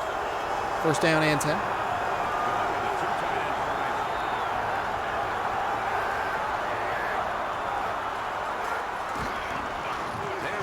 Pitch to the left side. Pretty well blocked. Got a few yards on that one as he turned it upfield at a good time. That was a good play. If the game was more consistent in giving us good plays like that, it'd probably be a better game. The score is the Bills 14, the Vikings 0.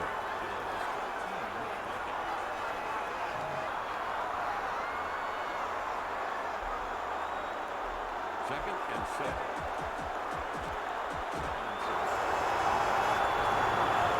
The Bills get going with split backs on this play. This man wide right. Drops back. Throws. That was a good one. That knock separated the receiver from the ball. Believe me, Kevin, the DB's eyes were huge when he lined up that way. I hear you. Third and 7. Three receivers. Hakeem wide left. Drops back.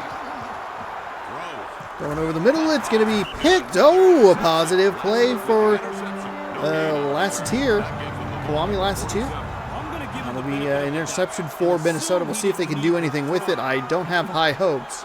But the defense at least doing their best to keep them in this game. You got the special teams miscue. They've done a much better job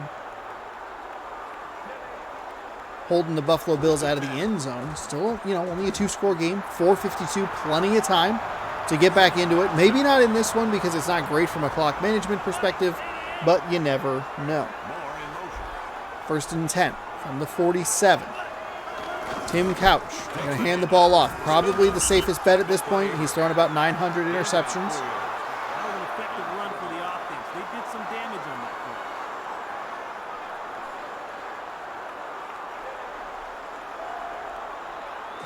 Second and 6.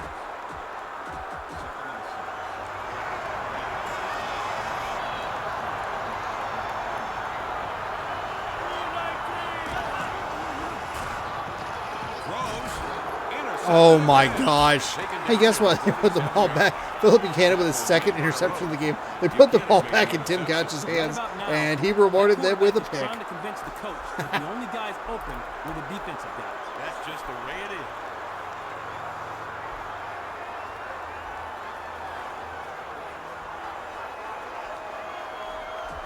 First and 10.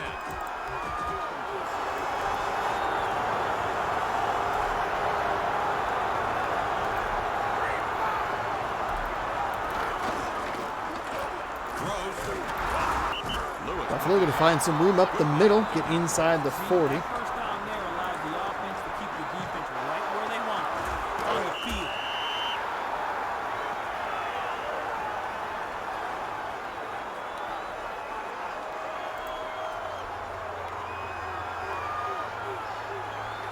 First and 10.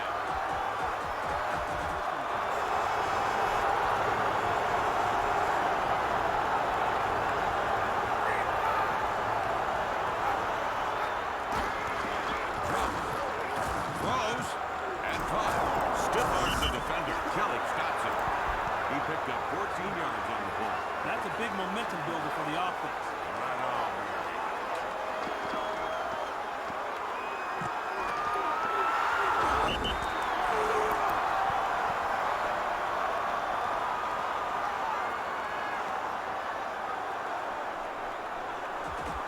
First and 10. First and 10 from the 25-yard line. 3:27 to go in this one. Game 3 in San Francisco. First time we've seen them at home in a while. That is a wild Aaron's pass to nobody. Clock will stop. Chris Chandler, maybe a little too much swag there. Second and 10.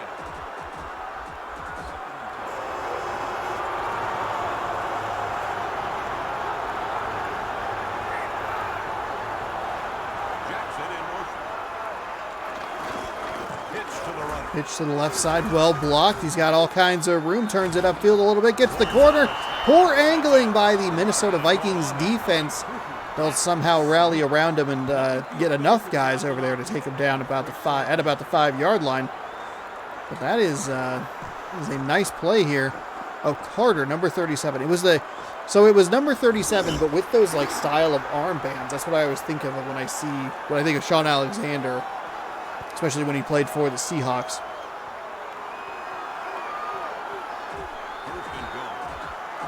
What a weird coincidence that would have been. I know he wasn't on the thing in the beginning. I understand that. First and goal from the 4. Touchdown. Unbelievably easy. Lamar Smith with 32 yards on the ground. An average of 3.2 on the 10 carries and 1 touchdown.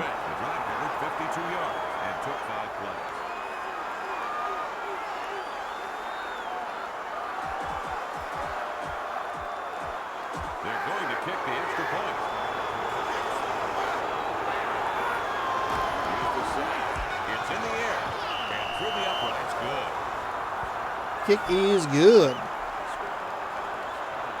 So the Bills lead 21-0. Their most recent score coming off of an interception. Ball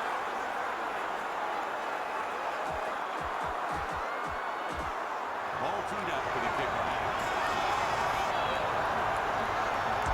He kicks it. Kick is away. So we fielded at about the 2-yard line. A little running start here. Nice hole off the right side, but actually pretty poorly blocked. The kick coverage team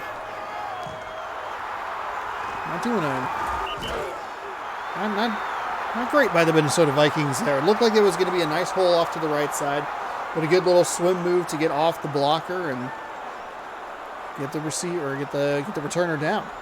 First and 10.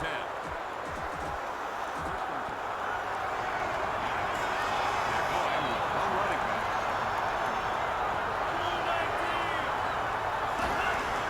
Drops back. Throws. Again intercepted. Oh Doesn't get the interception. my goodness.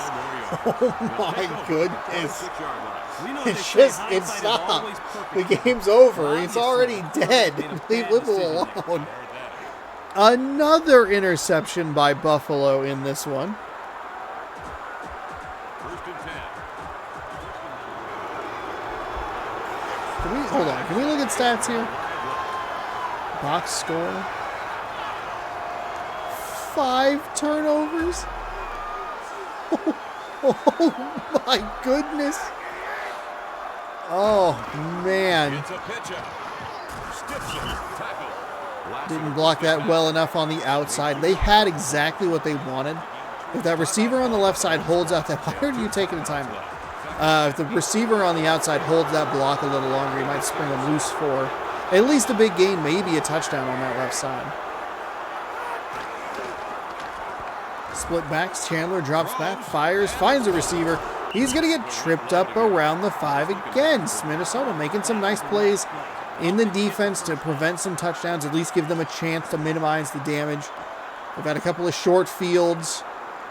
Tim Couch has not helped them by throwing maybe as many completions to the Bills defenders as he has the Minnesota receivers.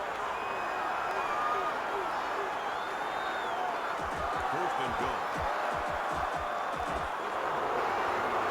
The officials have stepped in to give the 2-minute warning. First and goal. 2 minutes to go in this one, but it's been long done. We had some good games last week, if I remember correctly. This week, not so much. A 17-0 game that felt like about a 45-0 game. And a 21-0 game that Buffalo's missed some opportunities. They've had a couple of turnovers. They kicked a field goal wide right, so not quite the most dominant. They are kind of piling on the scores here late if they are able to score another touchdown.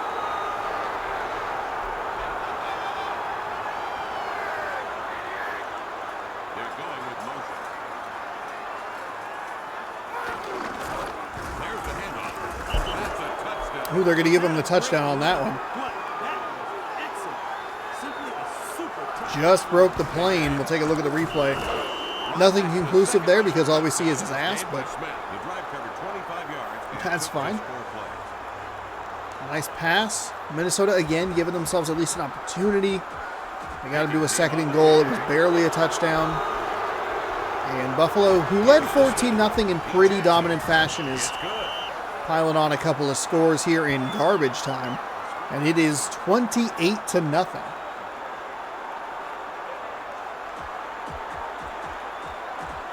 So you're either scoring points and winning the game, or you're not doing anything at all. You're just goose egging on the board. From the 4, tackled in at about the 22-yard line. Take a look at the replay here. Minnesota, first down and 10. Maybe you just take a victory formation. You go, we're down 4 scores, and we'd like to not be down anymore. And we just take some knees with Tim Couch. He'll somehow manage to throw an interception in a victory formation, but that'll be at least interesting to see. First and 10.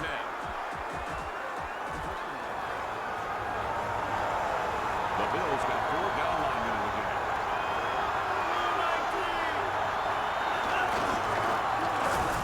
He's ripped up and dropped. Oh my goodness. Buffalo's just unnecessarily hitting that quarterback in the backfield.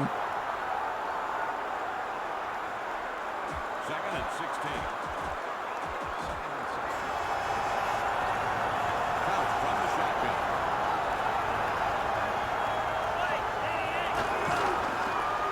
Dropping back, firing over the middle, finds an open man. Up past the 35, that'll be a first down and 10 for the Vikings.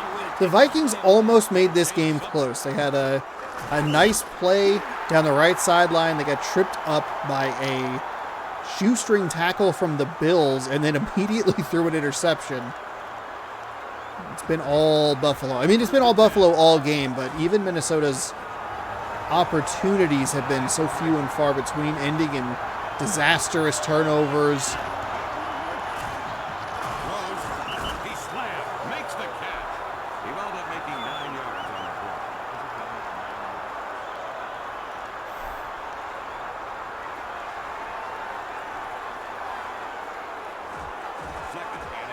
Second down and inches. 33 seconds to go here.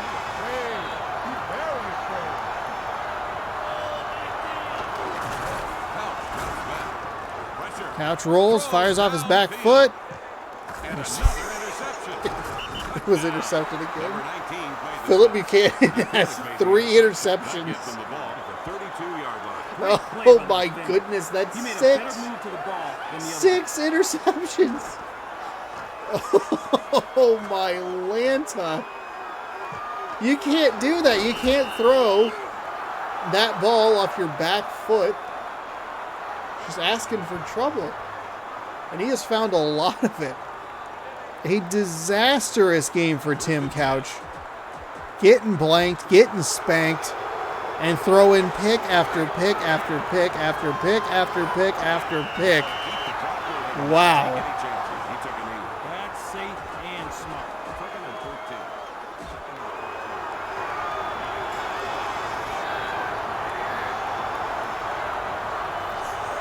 That is unbelievable. That might be the most interceptions hopefully that's the most interceptions we'll ever see thrown by a quarterback like that. The Bills have won it. The final score in this one is the Bills 28, the Vikings 0. The Bills 28, the Vikings nothing. Oh, wow, okay. Thanks, man. Wow. Philip Buchanan, hey, unsurprisingly, your player of the game. No tackles, but 3 interceptions. Or maybe I read the wrong thing there. I think he had 5 tackles, maybe? It doesn't matter. Oh, that was an interception.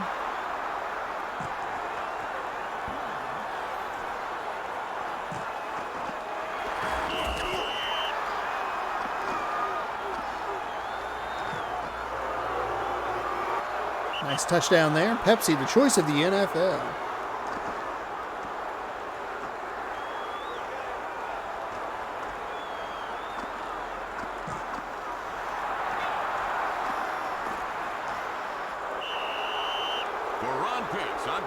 Six turnovers, 103 total yards. Oh my goodness.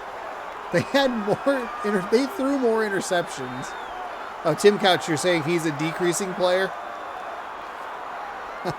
Wow. I never would have guessed. Oh, a brutal game for the Vikings. Mercifully ends 28-0. We're going to San Francisco for the first time in a long time to watch the Niners take on the Denver Broncos. I'll let you get that game started, and I will return in a little bit. I'm going to hop up and I'll catch you in progress here. All right, so we had interestingly enough, two 1-0 teams facing off, two 0-1 teams facing off, and now we have a 1-0 and an 0-1. Worked out well. Pick a couple of players, Ron, and tell us what to look for. This guy could be downright nasty. No matter what the guys on the offensive line think, they're going to have to devote extra time and attention to him. He can be really disruptive and just straight ornery if they're not able to control it. Trent Dilfer is one persistent quarterback. He just doesn't give up. He's a pocket passer who is tough mentally and physically. He's got a lot of bulldog in him, like Fresno State bulldog. Thank you, Ron. And now let's go to midfield for the coin toss. The visiting captain will make the call. Captain, what's your choice?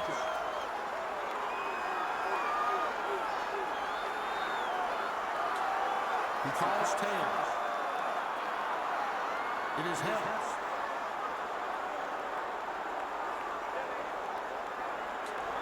The home team won the toss and elects to receive. Elam will kick the ball to get this one going. There's the kick. It's on. Moving deep. Brings it out of the end zone. Thunderous hit. And returning it at the 20-yard line.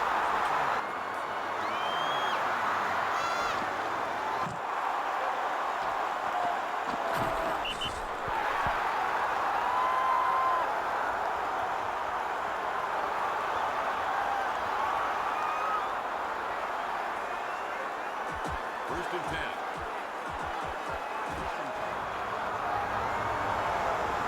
One back set for the 49ers. Sends a man in motion. Green runs it. Pulled down at the 21-yard line. Short gain there. I like the way the runner fought for a short gain.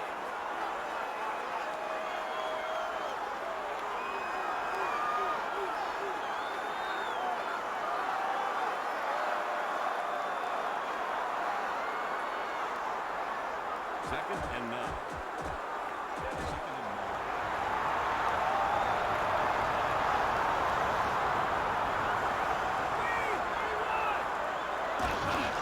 It's pitched to a running back.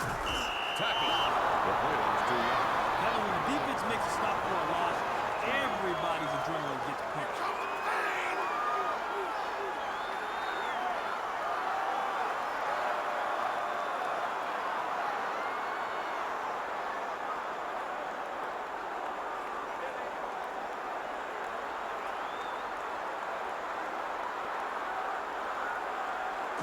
Third and 11.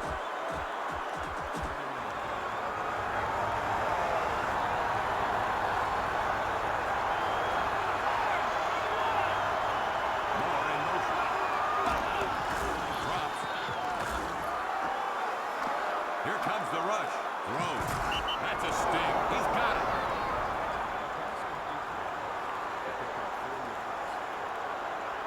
Fourth and 7. The 49ers can punt formation. Ball snap. He puts his foot to the ball. He calls for a catch. And he's got it. Great net yardage on that kick.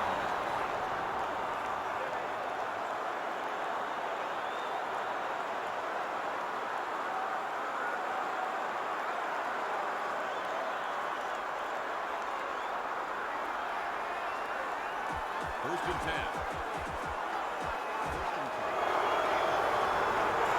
Single back formation.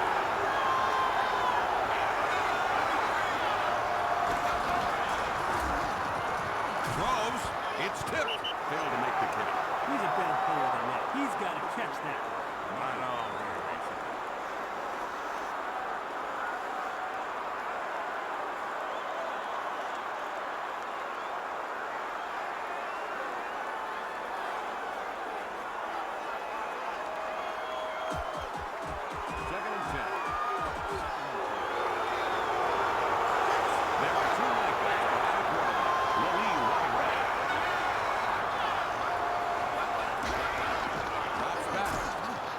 Throws.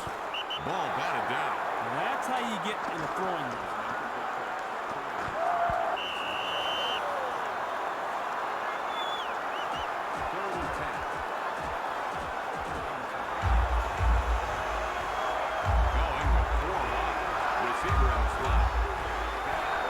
I now join you in progress with this game here. Game number 3 of the day. Aaron Brooks, quarterback for the Broncos. I realized as I got up and I was like kind of past the point of no return, I was like, oh no, I'm not going to know who plays on the teams.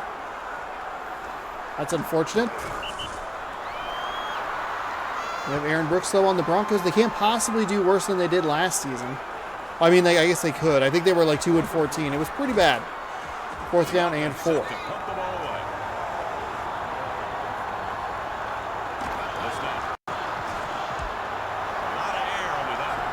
Kick is away. Fair catch called at the last moment. 46-yard punt for Seduli. Zestudul. I do not know how to pronounce that last name.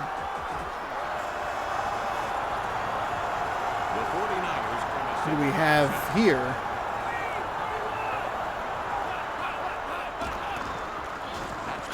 Run off the right side. Number 89 brought down the runner. Short game by Green. So the Niners and the Broncos both have had the ball. So you know more about this game than I do. I'll take a look at the footage and see what I missed. Missed anybody interesting maybe? I don't know. Shakes and separates. The officials bring the change. Turns upfield, gets close. They're going to measure. He'll be short just barely. 3rd down and inches coming up. We got a number 4 here. Number 4. It's not Favre. Favre was in the last one of the last games that we had, or last week's games. Pulled down at the 36-yard line. Gained about 8 yards. Man, that guy took it right to the defense. Nice run. Keep it, turn your shoulders a little bit. 1st and 10. Two running backs behind the quarter. Slot right.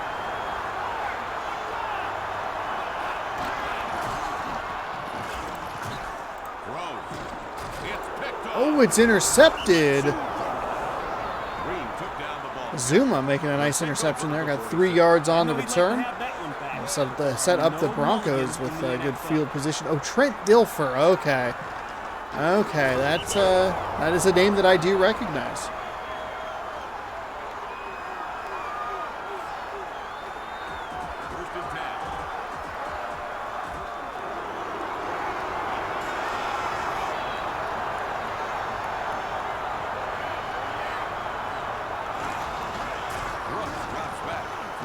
Led Baltimore to a Super Bowl victory. Maybe led's not the strongest word. Game managed his way to a Super Bowl victory.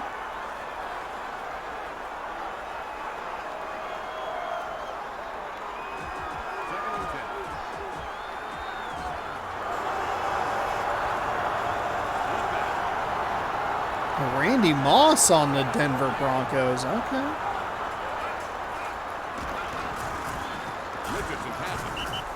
Penalty flag. That was seemed like a late penalty flag. We're going to get a hold here against number 10 of the Broncos. 2nd down and 20. This turnover not going very well.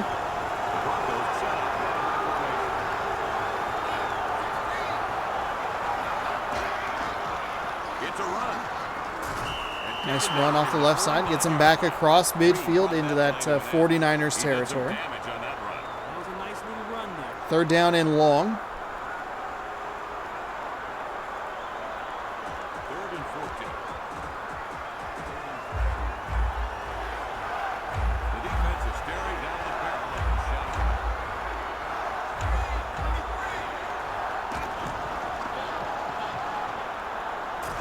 Looking for an escape Brooks route. rolls left, fires off his back foot, finds a receiver who'd broken free in the secondary. That is a big 3rd down conversion on a long 3rd down. 3rd and about 14 there converted by Denver. I like this run over here. Found a receiver who was driving back to the ball. A nice catch. And that'll be a 1st and 10 for Denver, trying to make something out of this interception. They're going to be on the line of the red zone.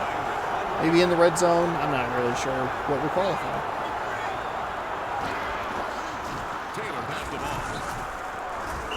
Now they're in the red zone. A short gain. I thought he should have picked up a lot more on that play. You got to run that ball up in there.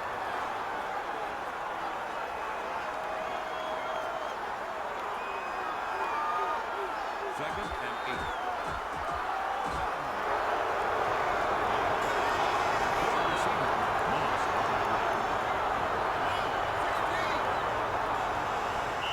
Second down and 8 will happen after this quick break. We're through one. A goose egg game, but the Denver Broncos are driving on the 49ers after the interception. We'll be right back.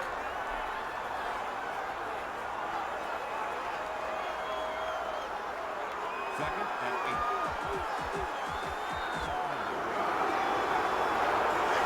They're using 83 defense.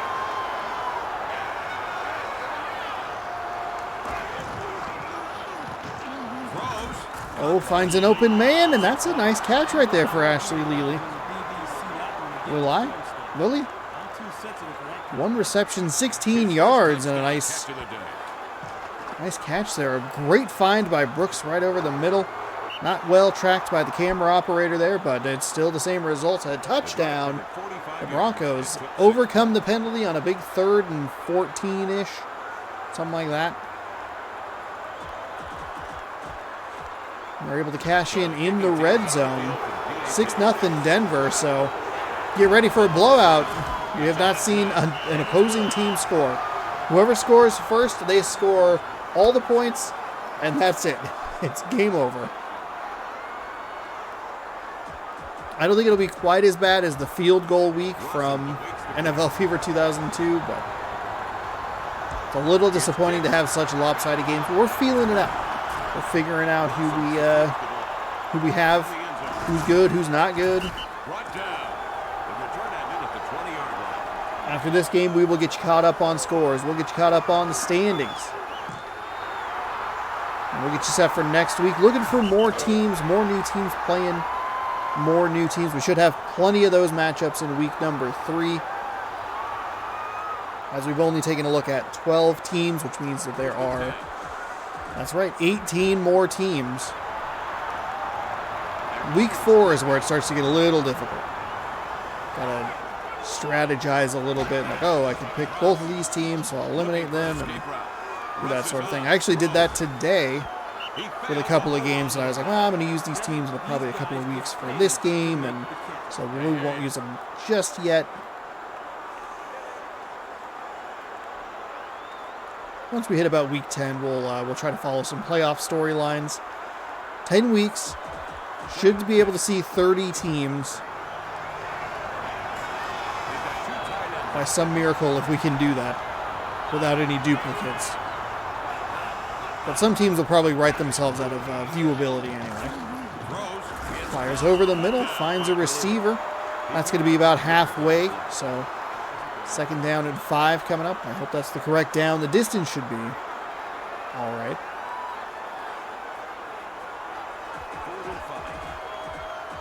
Third down and 5. I was incorrect on the down, but I was correct on the distance. San Francisco could use a response here.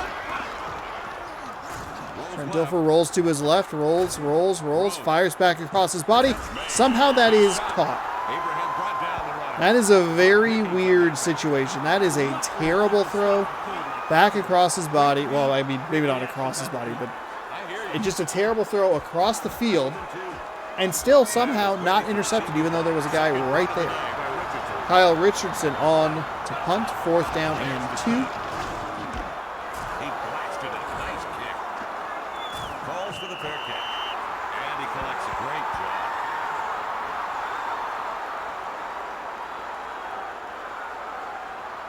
First and 10.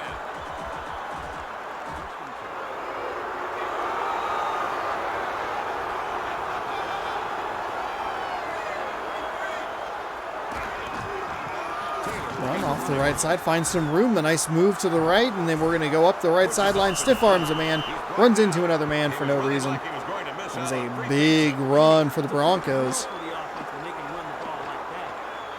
Bounces outside, just a terrific run there. Is that Corey Dillon, perhaps? My God, what is wrong with that camera? It did that in the last game, too. Did it happen before? I just noticed it in the last one. Because, I mean, it's hard to miss that camera. Unless you're looking at PS1 demo discs. I don't think you're missing that camera. They're going to try another run to the right. If it worked the first time, why wouldn't it work the second time? They're going to get a nice gain off that right side.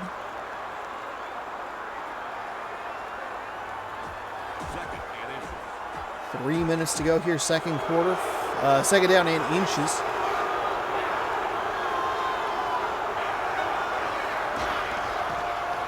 A little surprised there's no run here. They'll throw the ball. It's not a terrible call. I mean, it's probably a pretty predictable call on a second down and short. You throw an incomplete pass, you just come back, try to run it for the first down. For some reason, these Denver uniforms look weird. I don't know if that's a problem with other uniforms and I just haven't noticed it, but maybe it is specific to the Denver uniforms. So they are a weird design. Run off the right side. He's going to find a bunch of room. Make an unnecessary juke the second time, but I don't think he had the speed to get away. Instead, he just puts the Denver Broncos right back in the red zone. So we have a couple of teams to keep an eye on. The Panthers played pretty well. Well, actually, they played very well. The Bills were incredible. The Vikings abysmal. And we have a good-looking Broncos team that might already match their win total. Oh, Taylor. The game stops for the 2-minute warning. Okay. Exactly 2 minutes left in the first half. First and 10. Might already match their win total for the entirety of last season. Let me pull that up here. Streams. They stopped him at the line. No gain. Pop some heads there.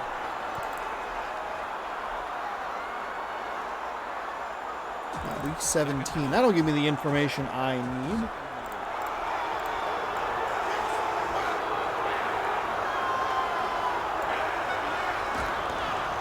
NFC North.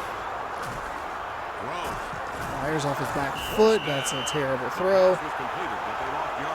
Give the defense a coverage credit on that. The Broncos went 2-14 in the last season's experiment. In the Madden 03 campaign, they went 2-14. They already have one win, and they are looking good so far in this one. Throws into the back of the end zone. That is a catch and a touchdown. Tony Simmons with a beautiful grab in the back of the end zone. And that'll be the second score here for Denver in this first half.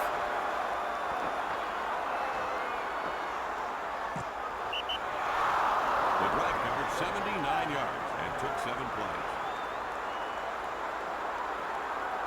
Denver took a look at what they did in last season, and they got a redo, and they said, you know what, we don't want to do that again. So the kicking unit now for the extra point.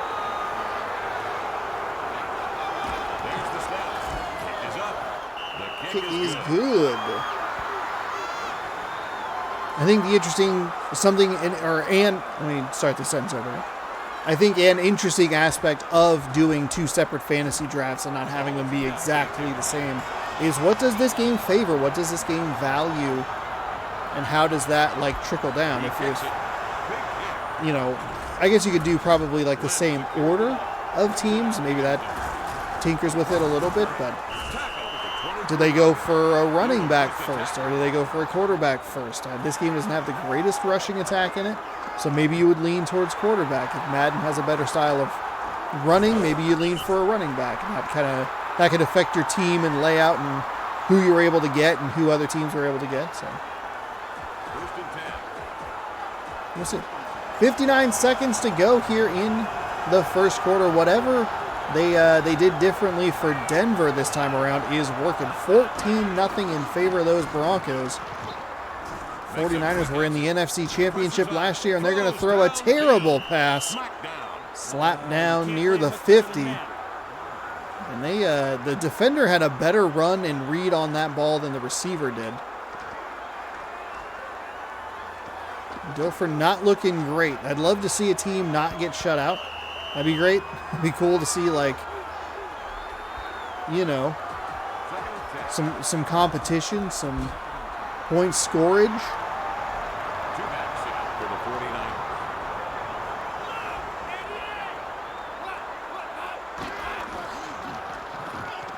Scrambles. Rolls, fires, finds a nice, gets a nice find right there. Somehow beat out 3 defenders to that ball. That'll be up near the 40, so a first down for the 49ers. Timeout called by the offense. Timeout. They have 2 timeouts left.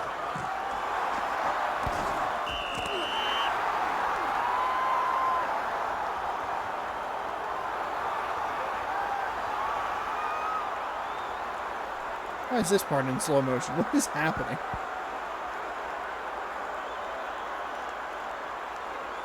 It's in slow motion and like chunkily zooming in.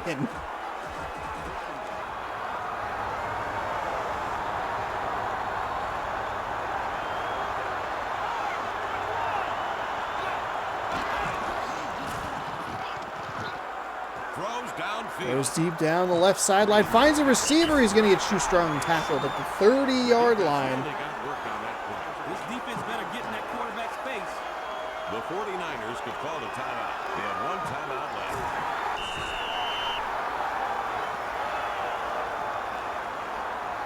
First and 10.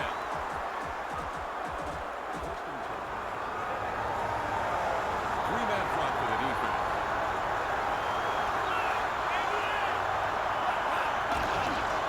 Dilfer comes back. It was over the middle, almost picked off by Denver He there. probably should have caught the ball, but it was still a nice play. Second and 10. Going from the gun. Morgan wide left. They're going with motion. Throws. Goes to the right side. Tackle. Caught inside the 25. San Francisco doing a nice job here. They're going to take a timeout with 17 seconds remaining. I believe that's what I saw on the stadium clock. Third and 6. There is no time remaining for San Francisco. It is 3rd down and 6. 17 seconds to go. We are in a weird kind of danger zone with this clock management situation. We're going to throw it. He's going to get tackled. This is going to be tight. It'll be very tight. 10, 9, 8, 7, 6, 5, 4, 3, 2, 1, 0. They ran out of time because this game does not stop the clock for those like mid animations, and they were out of timeouts. They got tackled in bounds. San Francisco wasted opportunity at the end of this first half to try and get back into this game a little bit, chip it down to 14-3. You're kicking the ball away here, so you're in danger of having a 3-score deficit. You'd be in danger of that either way. It doesn't really matter. The point is you blew it at the end of the first half. The tackle was made by number 51. So 17 seconds was not enough time to run a play and get the ball set up and snapped. And that is where this game really has its biggest issue, is the lack of urgency. You could run the clock all you want, but have the game internally know, like, oh, we got to go, so that they can try and get to the line, spike the ball, get the field goal unit out, and at least try and get some points. A 14-3 game versus a 14-0 game. You know, how does that affect the rest of the game? We'll never know. We will never be able to figure that out. And it's a darn shame. A darn tootin' shame.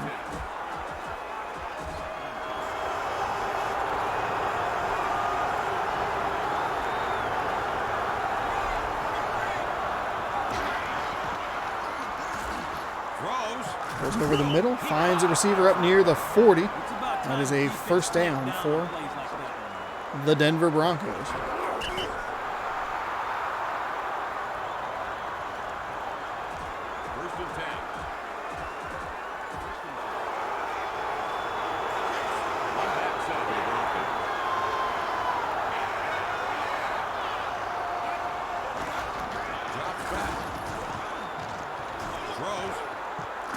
tipped but still got caught. Everything bouncing the Broncos' way here.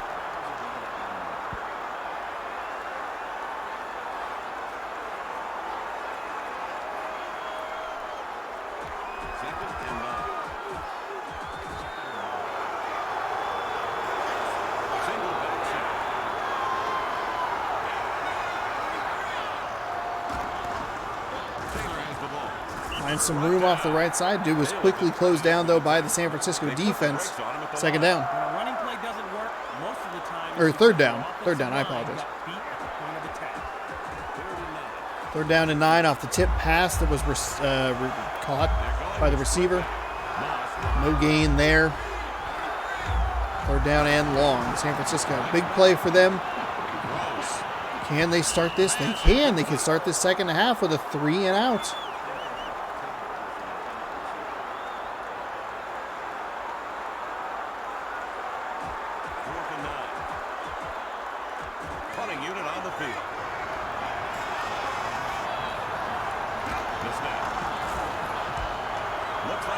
It was well blocked by that defender or the offensive player. He kind of just got in the way of the dive, but hey, that works.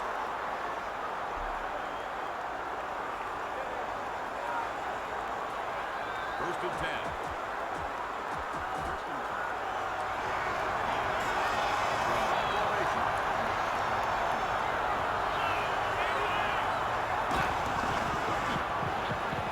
Dilfer drops back all kinds of time, throws a nice pass out near the 40. It's caught and he's off to the races. 30, 25, shoestring tackle. Oh, at the 25-yard line. We'll see exactly where they mark it, but that is a monster play right there. Dilfer will look like Randy Moss. I thought he was going to be gone with this one. An excellent angle taken by the Denver defensive back there, and just that last gasp effort to try and trip him up somehow, and it works. It's actually Moore that's on that team. Just kidding, I lied. I feel like we saw Randy Moss earlier, and I'm just thinking about how cool he is.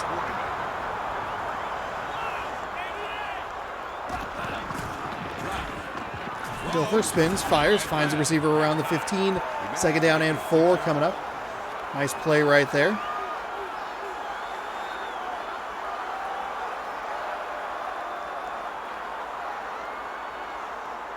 Second and 4. The 49ers are a 4-receiver set. More wide left. Throws. Oh, wide open touchdown.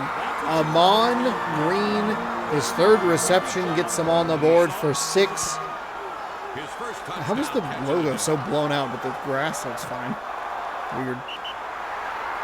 The drive covered 86 yards and took 3 plays. Pass, pass, pass, and score.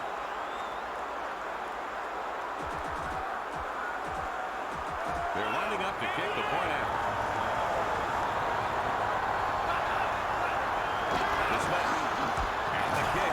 Kick is up, and the kick is good here for the San Francisco 49ers, who are the first team to score. That isn't the team that scored. The other team that scored. They're the first team to avoid a shutout, at least. Or Denver's the first team to avoid a shutout. One of the two.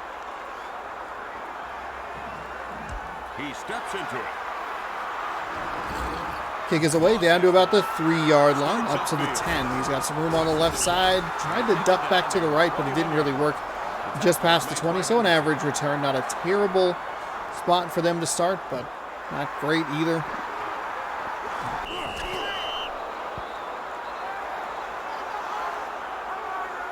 Is that Randy Moss?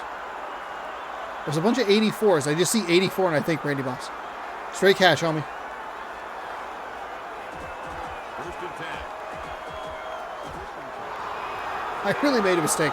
I was like, oh, you know what? I'll do what I did with the Madden videos. I'll hop up real quick. Just let it get started. We'll join our program already in progress. Thank you for joining us. Those of you who just finished watching the Packers defeat the Bears. That's some nice running there. That shook up the defense. That's right. Second and 3.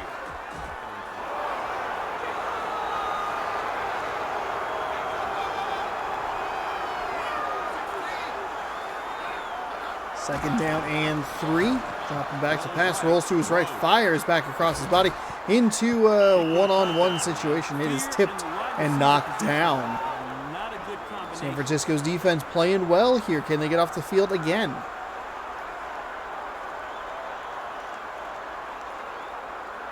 It takes so long to get to the information I need.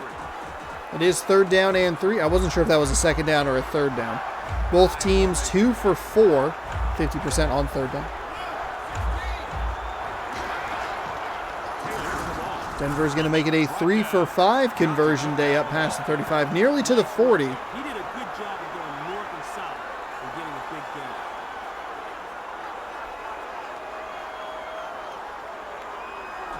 First and 10.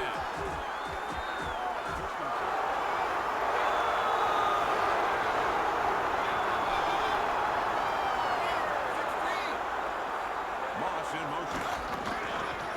Dropping back, fires into the middle. That is a mess of players. Finds no one.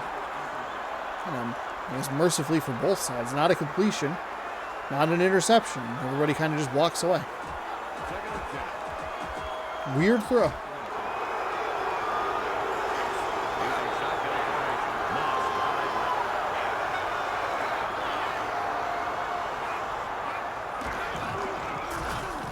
Moss wide right. Throws and caught. That's a catch right at midfield into 49ers territory. Big conversion right there. It's intensity. Keeps this drive moving. San Francisco had the one good defensive stand. They can play a bend but don't break. Is it just the Broncos? Maybe it's the way the Broncos looks. And it's more obvious that way. But I've not noticed it with any other teams. 14 seconds and counting. In the 3rd quarter, they're going to run off the left side. Oh, he had room. He had room and a blocker to the left on the outside and kind of spun back into the middle and getting a nice shot of that man's inner something. Inner leg, inner thigh. End of the 3rd quarter, the 49ers are down 7. Denver eating up yards and eating up the clock. 2nd and 8.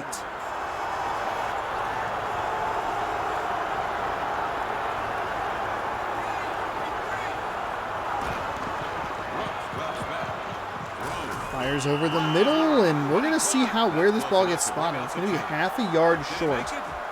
3rd down and inches coming up. Huge play for San Francisco. Two running backs behind the quarterback. Moss wide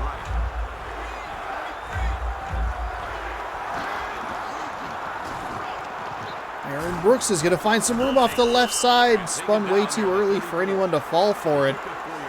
But he'll get enough for the 1st down. You know the big guys in the trenches. This is where it starts to get kind of interesting. The game doesn't do a great job with how it distributes field goals or field goal attempts or anything like that. Now, the 49ers obviously missed an opportunity to put 3 on the board at the end of the 1st half. They could be down just 4 right now, 14-7.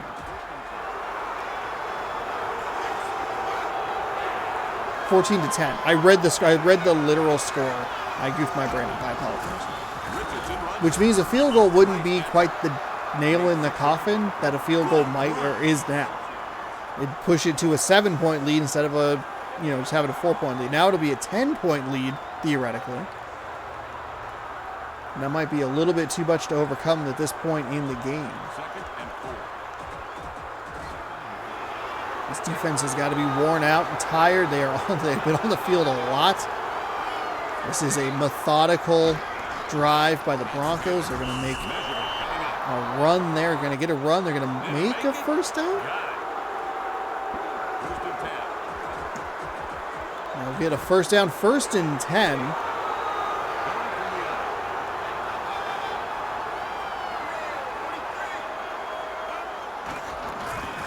It's a handoff. Pulled down at the 17-yard Time of possession up over 10 minutes for the Broncos. You gotta like that run. What an effort.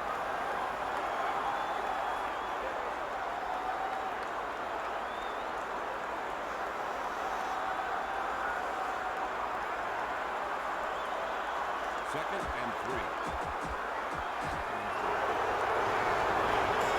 Two tight ends line up. Second down and 3. Hands the ball off, finds some room, and that's going to be another first down. And they'll still have room to get a first down before a goal-to-go situation, so they can run another 6 plays. They are just eating up this fourth quarter. San Francisco can't get anything to work for them to get them off this field. 2:23 and counting. Run to the left side. Down at the 7-yard line. Normally I would be annoyed that they made that weird move, but it actually kind of helps Denver. Just let that time just go. Don't give San Francisco even an opportunity. I know a 2-touchdown lead is, difficult to overcome that late in a game, but 2-minute warning. just let the clock eat up. Eat it up.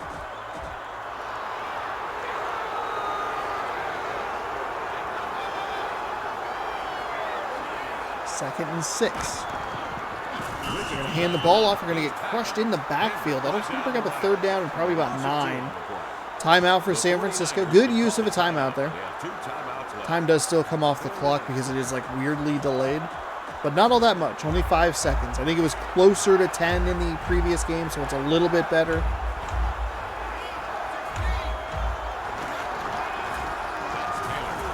Run off the left side. He ran back into a defender. That was a poor play. That's where you need to stretch it out to the outside and try and get the pylon, just get a first down, something. 4th down and 5. They will hold for a field goal attempt. We saw a missed field goal earlier today. Hard time believing this one will be missed. Right through the uprights, and it's good. So instead of a potential 7-point lead, it is actually a 10-point lead. That was a terrible replay. Look at that drive. Runs. Especially down, once they got past, midfield. Just run the ball. Rossum is back deep and waiting for kickoff. There's the kickoff. Kicks it deep. Wow. That was a huge drive for Denver right there. They only came away with 3, but Elam stops it. my goodness. Not a great run back. They had a lane on that right side. What is that 49ers player so far up the field? This is a great run back. Could have been better. Probably should have been better. Just keep pushing it toward the sideline. Might be able to get an angle. You got to beat a kicker. Your odds of that, pretty good. Instead, it's 1st and 10 at the 28, so not actually that great of a run back. It was pretty deep with the end zone. Probably a 35-yard return, maybe. 33-yard return. So at the 28-yard line, throws to the left side, finds a receiver. He'll step out of bounds, short of the first down, so 2nd down coming up. Clock stops with the out of bounds.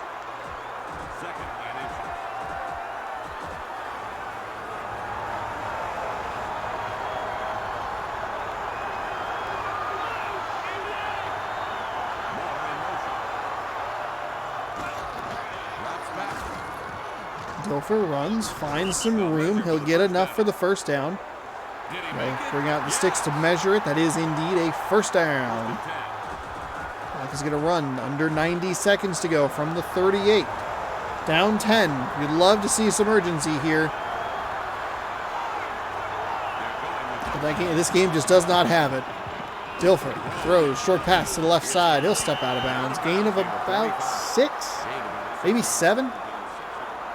2nd down and 3, a good play there because they did go out of bounds. So, what if that was an incomplete pass?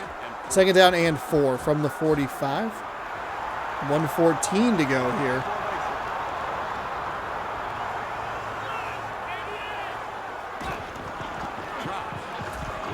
Rolls, fires down the middle and finds a receiver inside the 40.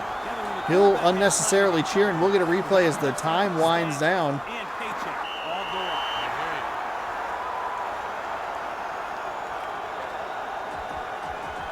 1st and 10, 60 seconds.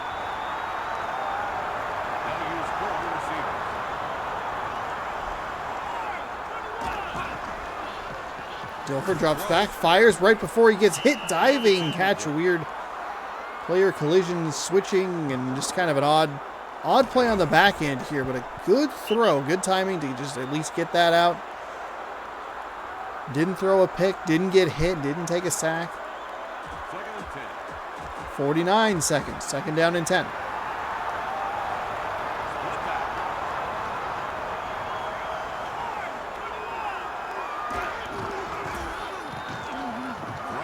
Throws down the middle, finds a receiver inside the 20, down to the 15. You gotta go. Go, go, go, go, go. It's a nice play right there.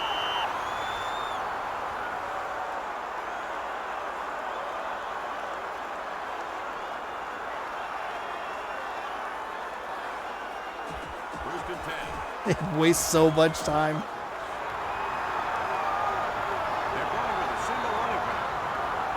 22 and counting. Oh, he has a guy on the left. He found a guy in the end zone. Touchdown. Anthony Betch. Bache, maybe. I don't know. He finds the end zone. What's the difference in the score? That's right. The field goal that they couldn't get at the end of the first half.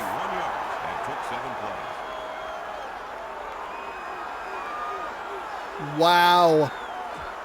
Difference between a win, a loss, a tie. Who knows? We'll never know.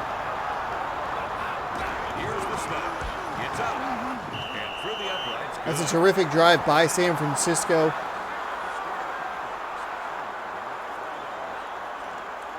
To get the ball down the field pretty effectively.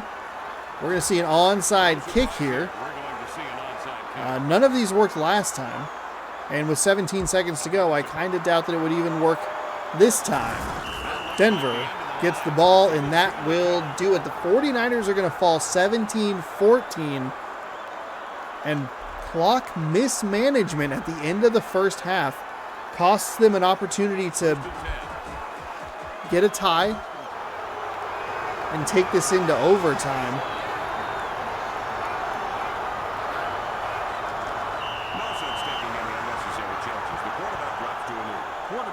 Wow. Denver escapes. And San Francisco is going to be kicking themselves. If you're Trent Dilfer, you got to throw that further to the sideline or bomb it deep.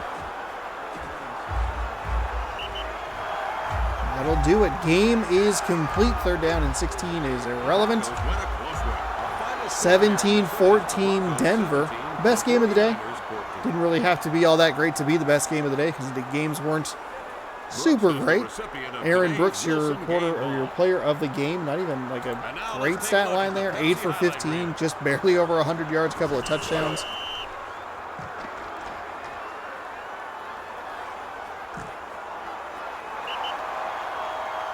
San Francisco at least was competitive, made it interesting there in the second half. Held the Broncos to just 3 points. Ooh, a little matrix cam there.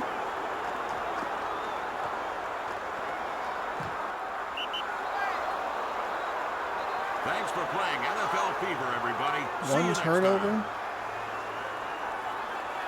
San Francisco, weirdly enough, had more yards and had 220 through the air. Denver, though, with that monster drive. Oh, my goodness. Took up so much time.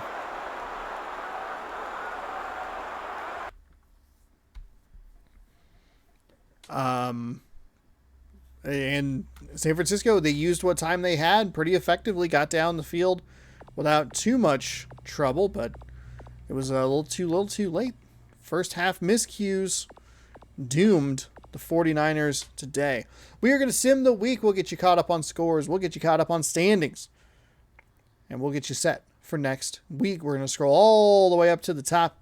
Tight one in Atlanta as the Falcons come away with a victory 20-19. The Bengals take out the Bears in a close game as well, 19-17. Any of these games would have been more interesting than what we did watch, which was the Panthers blowing out the Lions. It was only 17-0, but it felt like it was a whole lot bigger than just a 3-score deficit. Packers take out the Saints 28-17. Jaguars, they fall in Kansas City 34-17.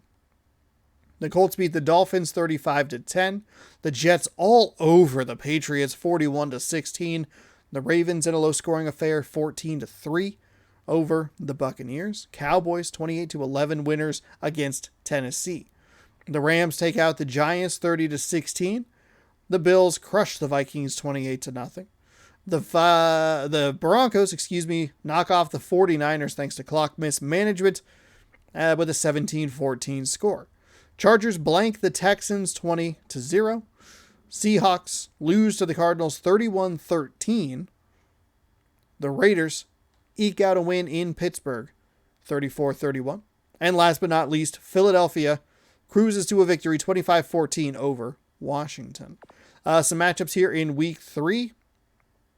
Browns and Titans. I don't think we've seen either of those teams. We've seen Dallas. We've seen Houston. Kansas City, New England, maybe? Saints, Bears. Oh, Falcons, Bears. I don't think we've seen the Saints or the Bears. The Bears, though, play the Packers in, I think, week 5. So that one, maybe hold off. Miami and New York. Green Bay, Detroit. Seattle and New York. Possibilities here. St. Louis, Tampa Bay. We have some good new teams versus new teams. I'll have to take a peek at week 4 and we'll figure it out there. Your standings look like this. The NFC East has 2 teams atop with 2-0 records. The Eagles and the Cowboys. The Giants are split at 1-1 and Washington is 0-2. The Jets are 2-0 and atop the AFC East. They are ahead of the Bills, who looked dominant in their win today. That seems like a team to keep an eye on at 1-1. Patriots and Dolphins 0-2. NFC East and AFC East are kind of opposite. Interesting. In the NFC South, the Panthers lead with 2-0 record. The Saints and Falcons trail at 1-1. The Buccaneers 0-2. The Colts, the only team that has a win in this division at 2-0. The Titans, Texans, Jaguars 0-2. We saw this early in the season for San Diego. Can the Colts do the same this time around? The NFC West, a little bit of a mess as well. The Cardinals lead at a 2-0 record. The Rams trail at 1-1. The 49ers and Seahawks remain winless. AFC West is interesting. Raiders, Chiefs, Broncos, all those teams 2-0. The Chargers 1-1. And you'll remember that the Chargers led that division like coast to coast. It wasn't even close. The Packers are 2-0 in the NFC North. The Bears and Lions 1-1. The Vikings 0-2. 0-2 and looked really bad. Same situation here in the AFC North. The leader, the Bengals, are 2-0. The Steelers and Ravens are 1-1. The Browns 0-2. And that catches you up on all of the divisions in this one. We'll see if we maybe have some AFC West matchups. I don't think you do. But there you go. Week 3 is upon us, and that will be next Tuesday right here on youtube.com/Shawnosaurus Rex. Thank you so much for watching. Hopefully you enjoyed today's games. I had a good time making it. Hopefully you had a good time watching it. We'll see you next week for more action here in NFL Fever 2003. Be sure to subscribe, ring that bell. That way you're notified when I post new videos, and we'll see you next Tuesday. Good sports. Goodbye.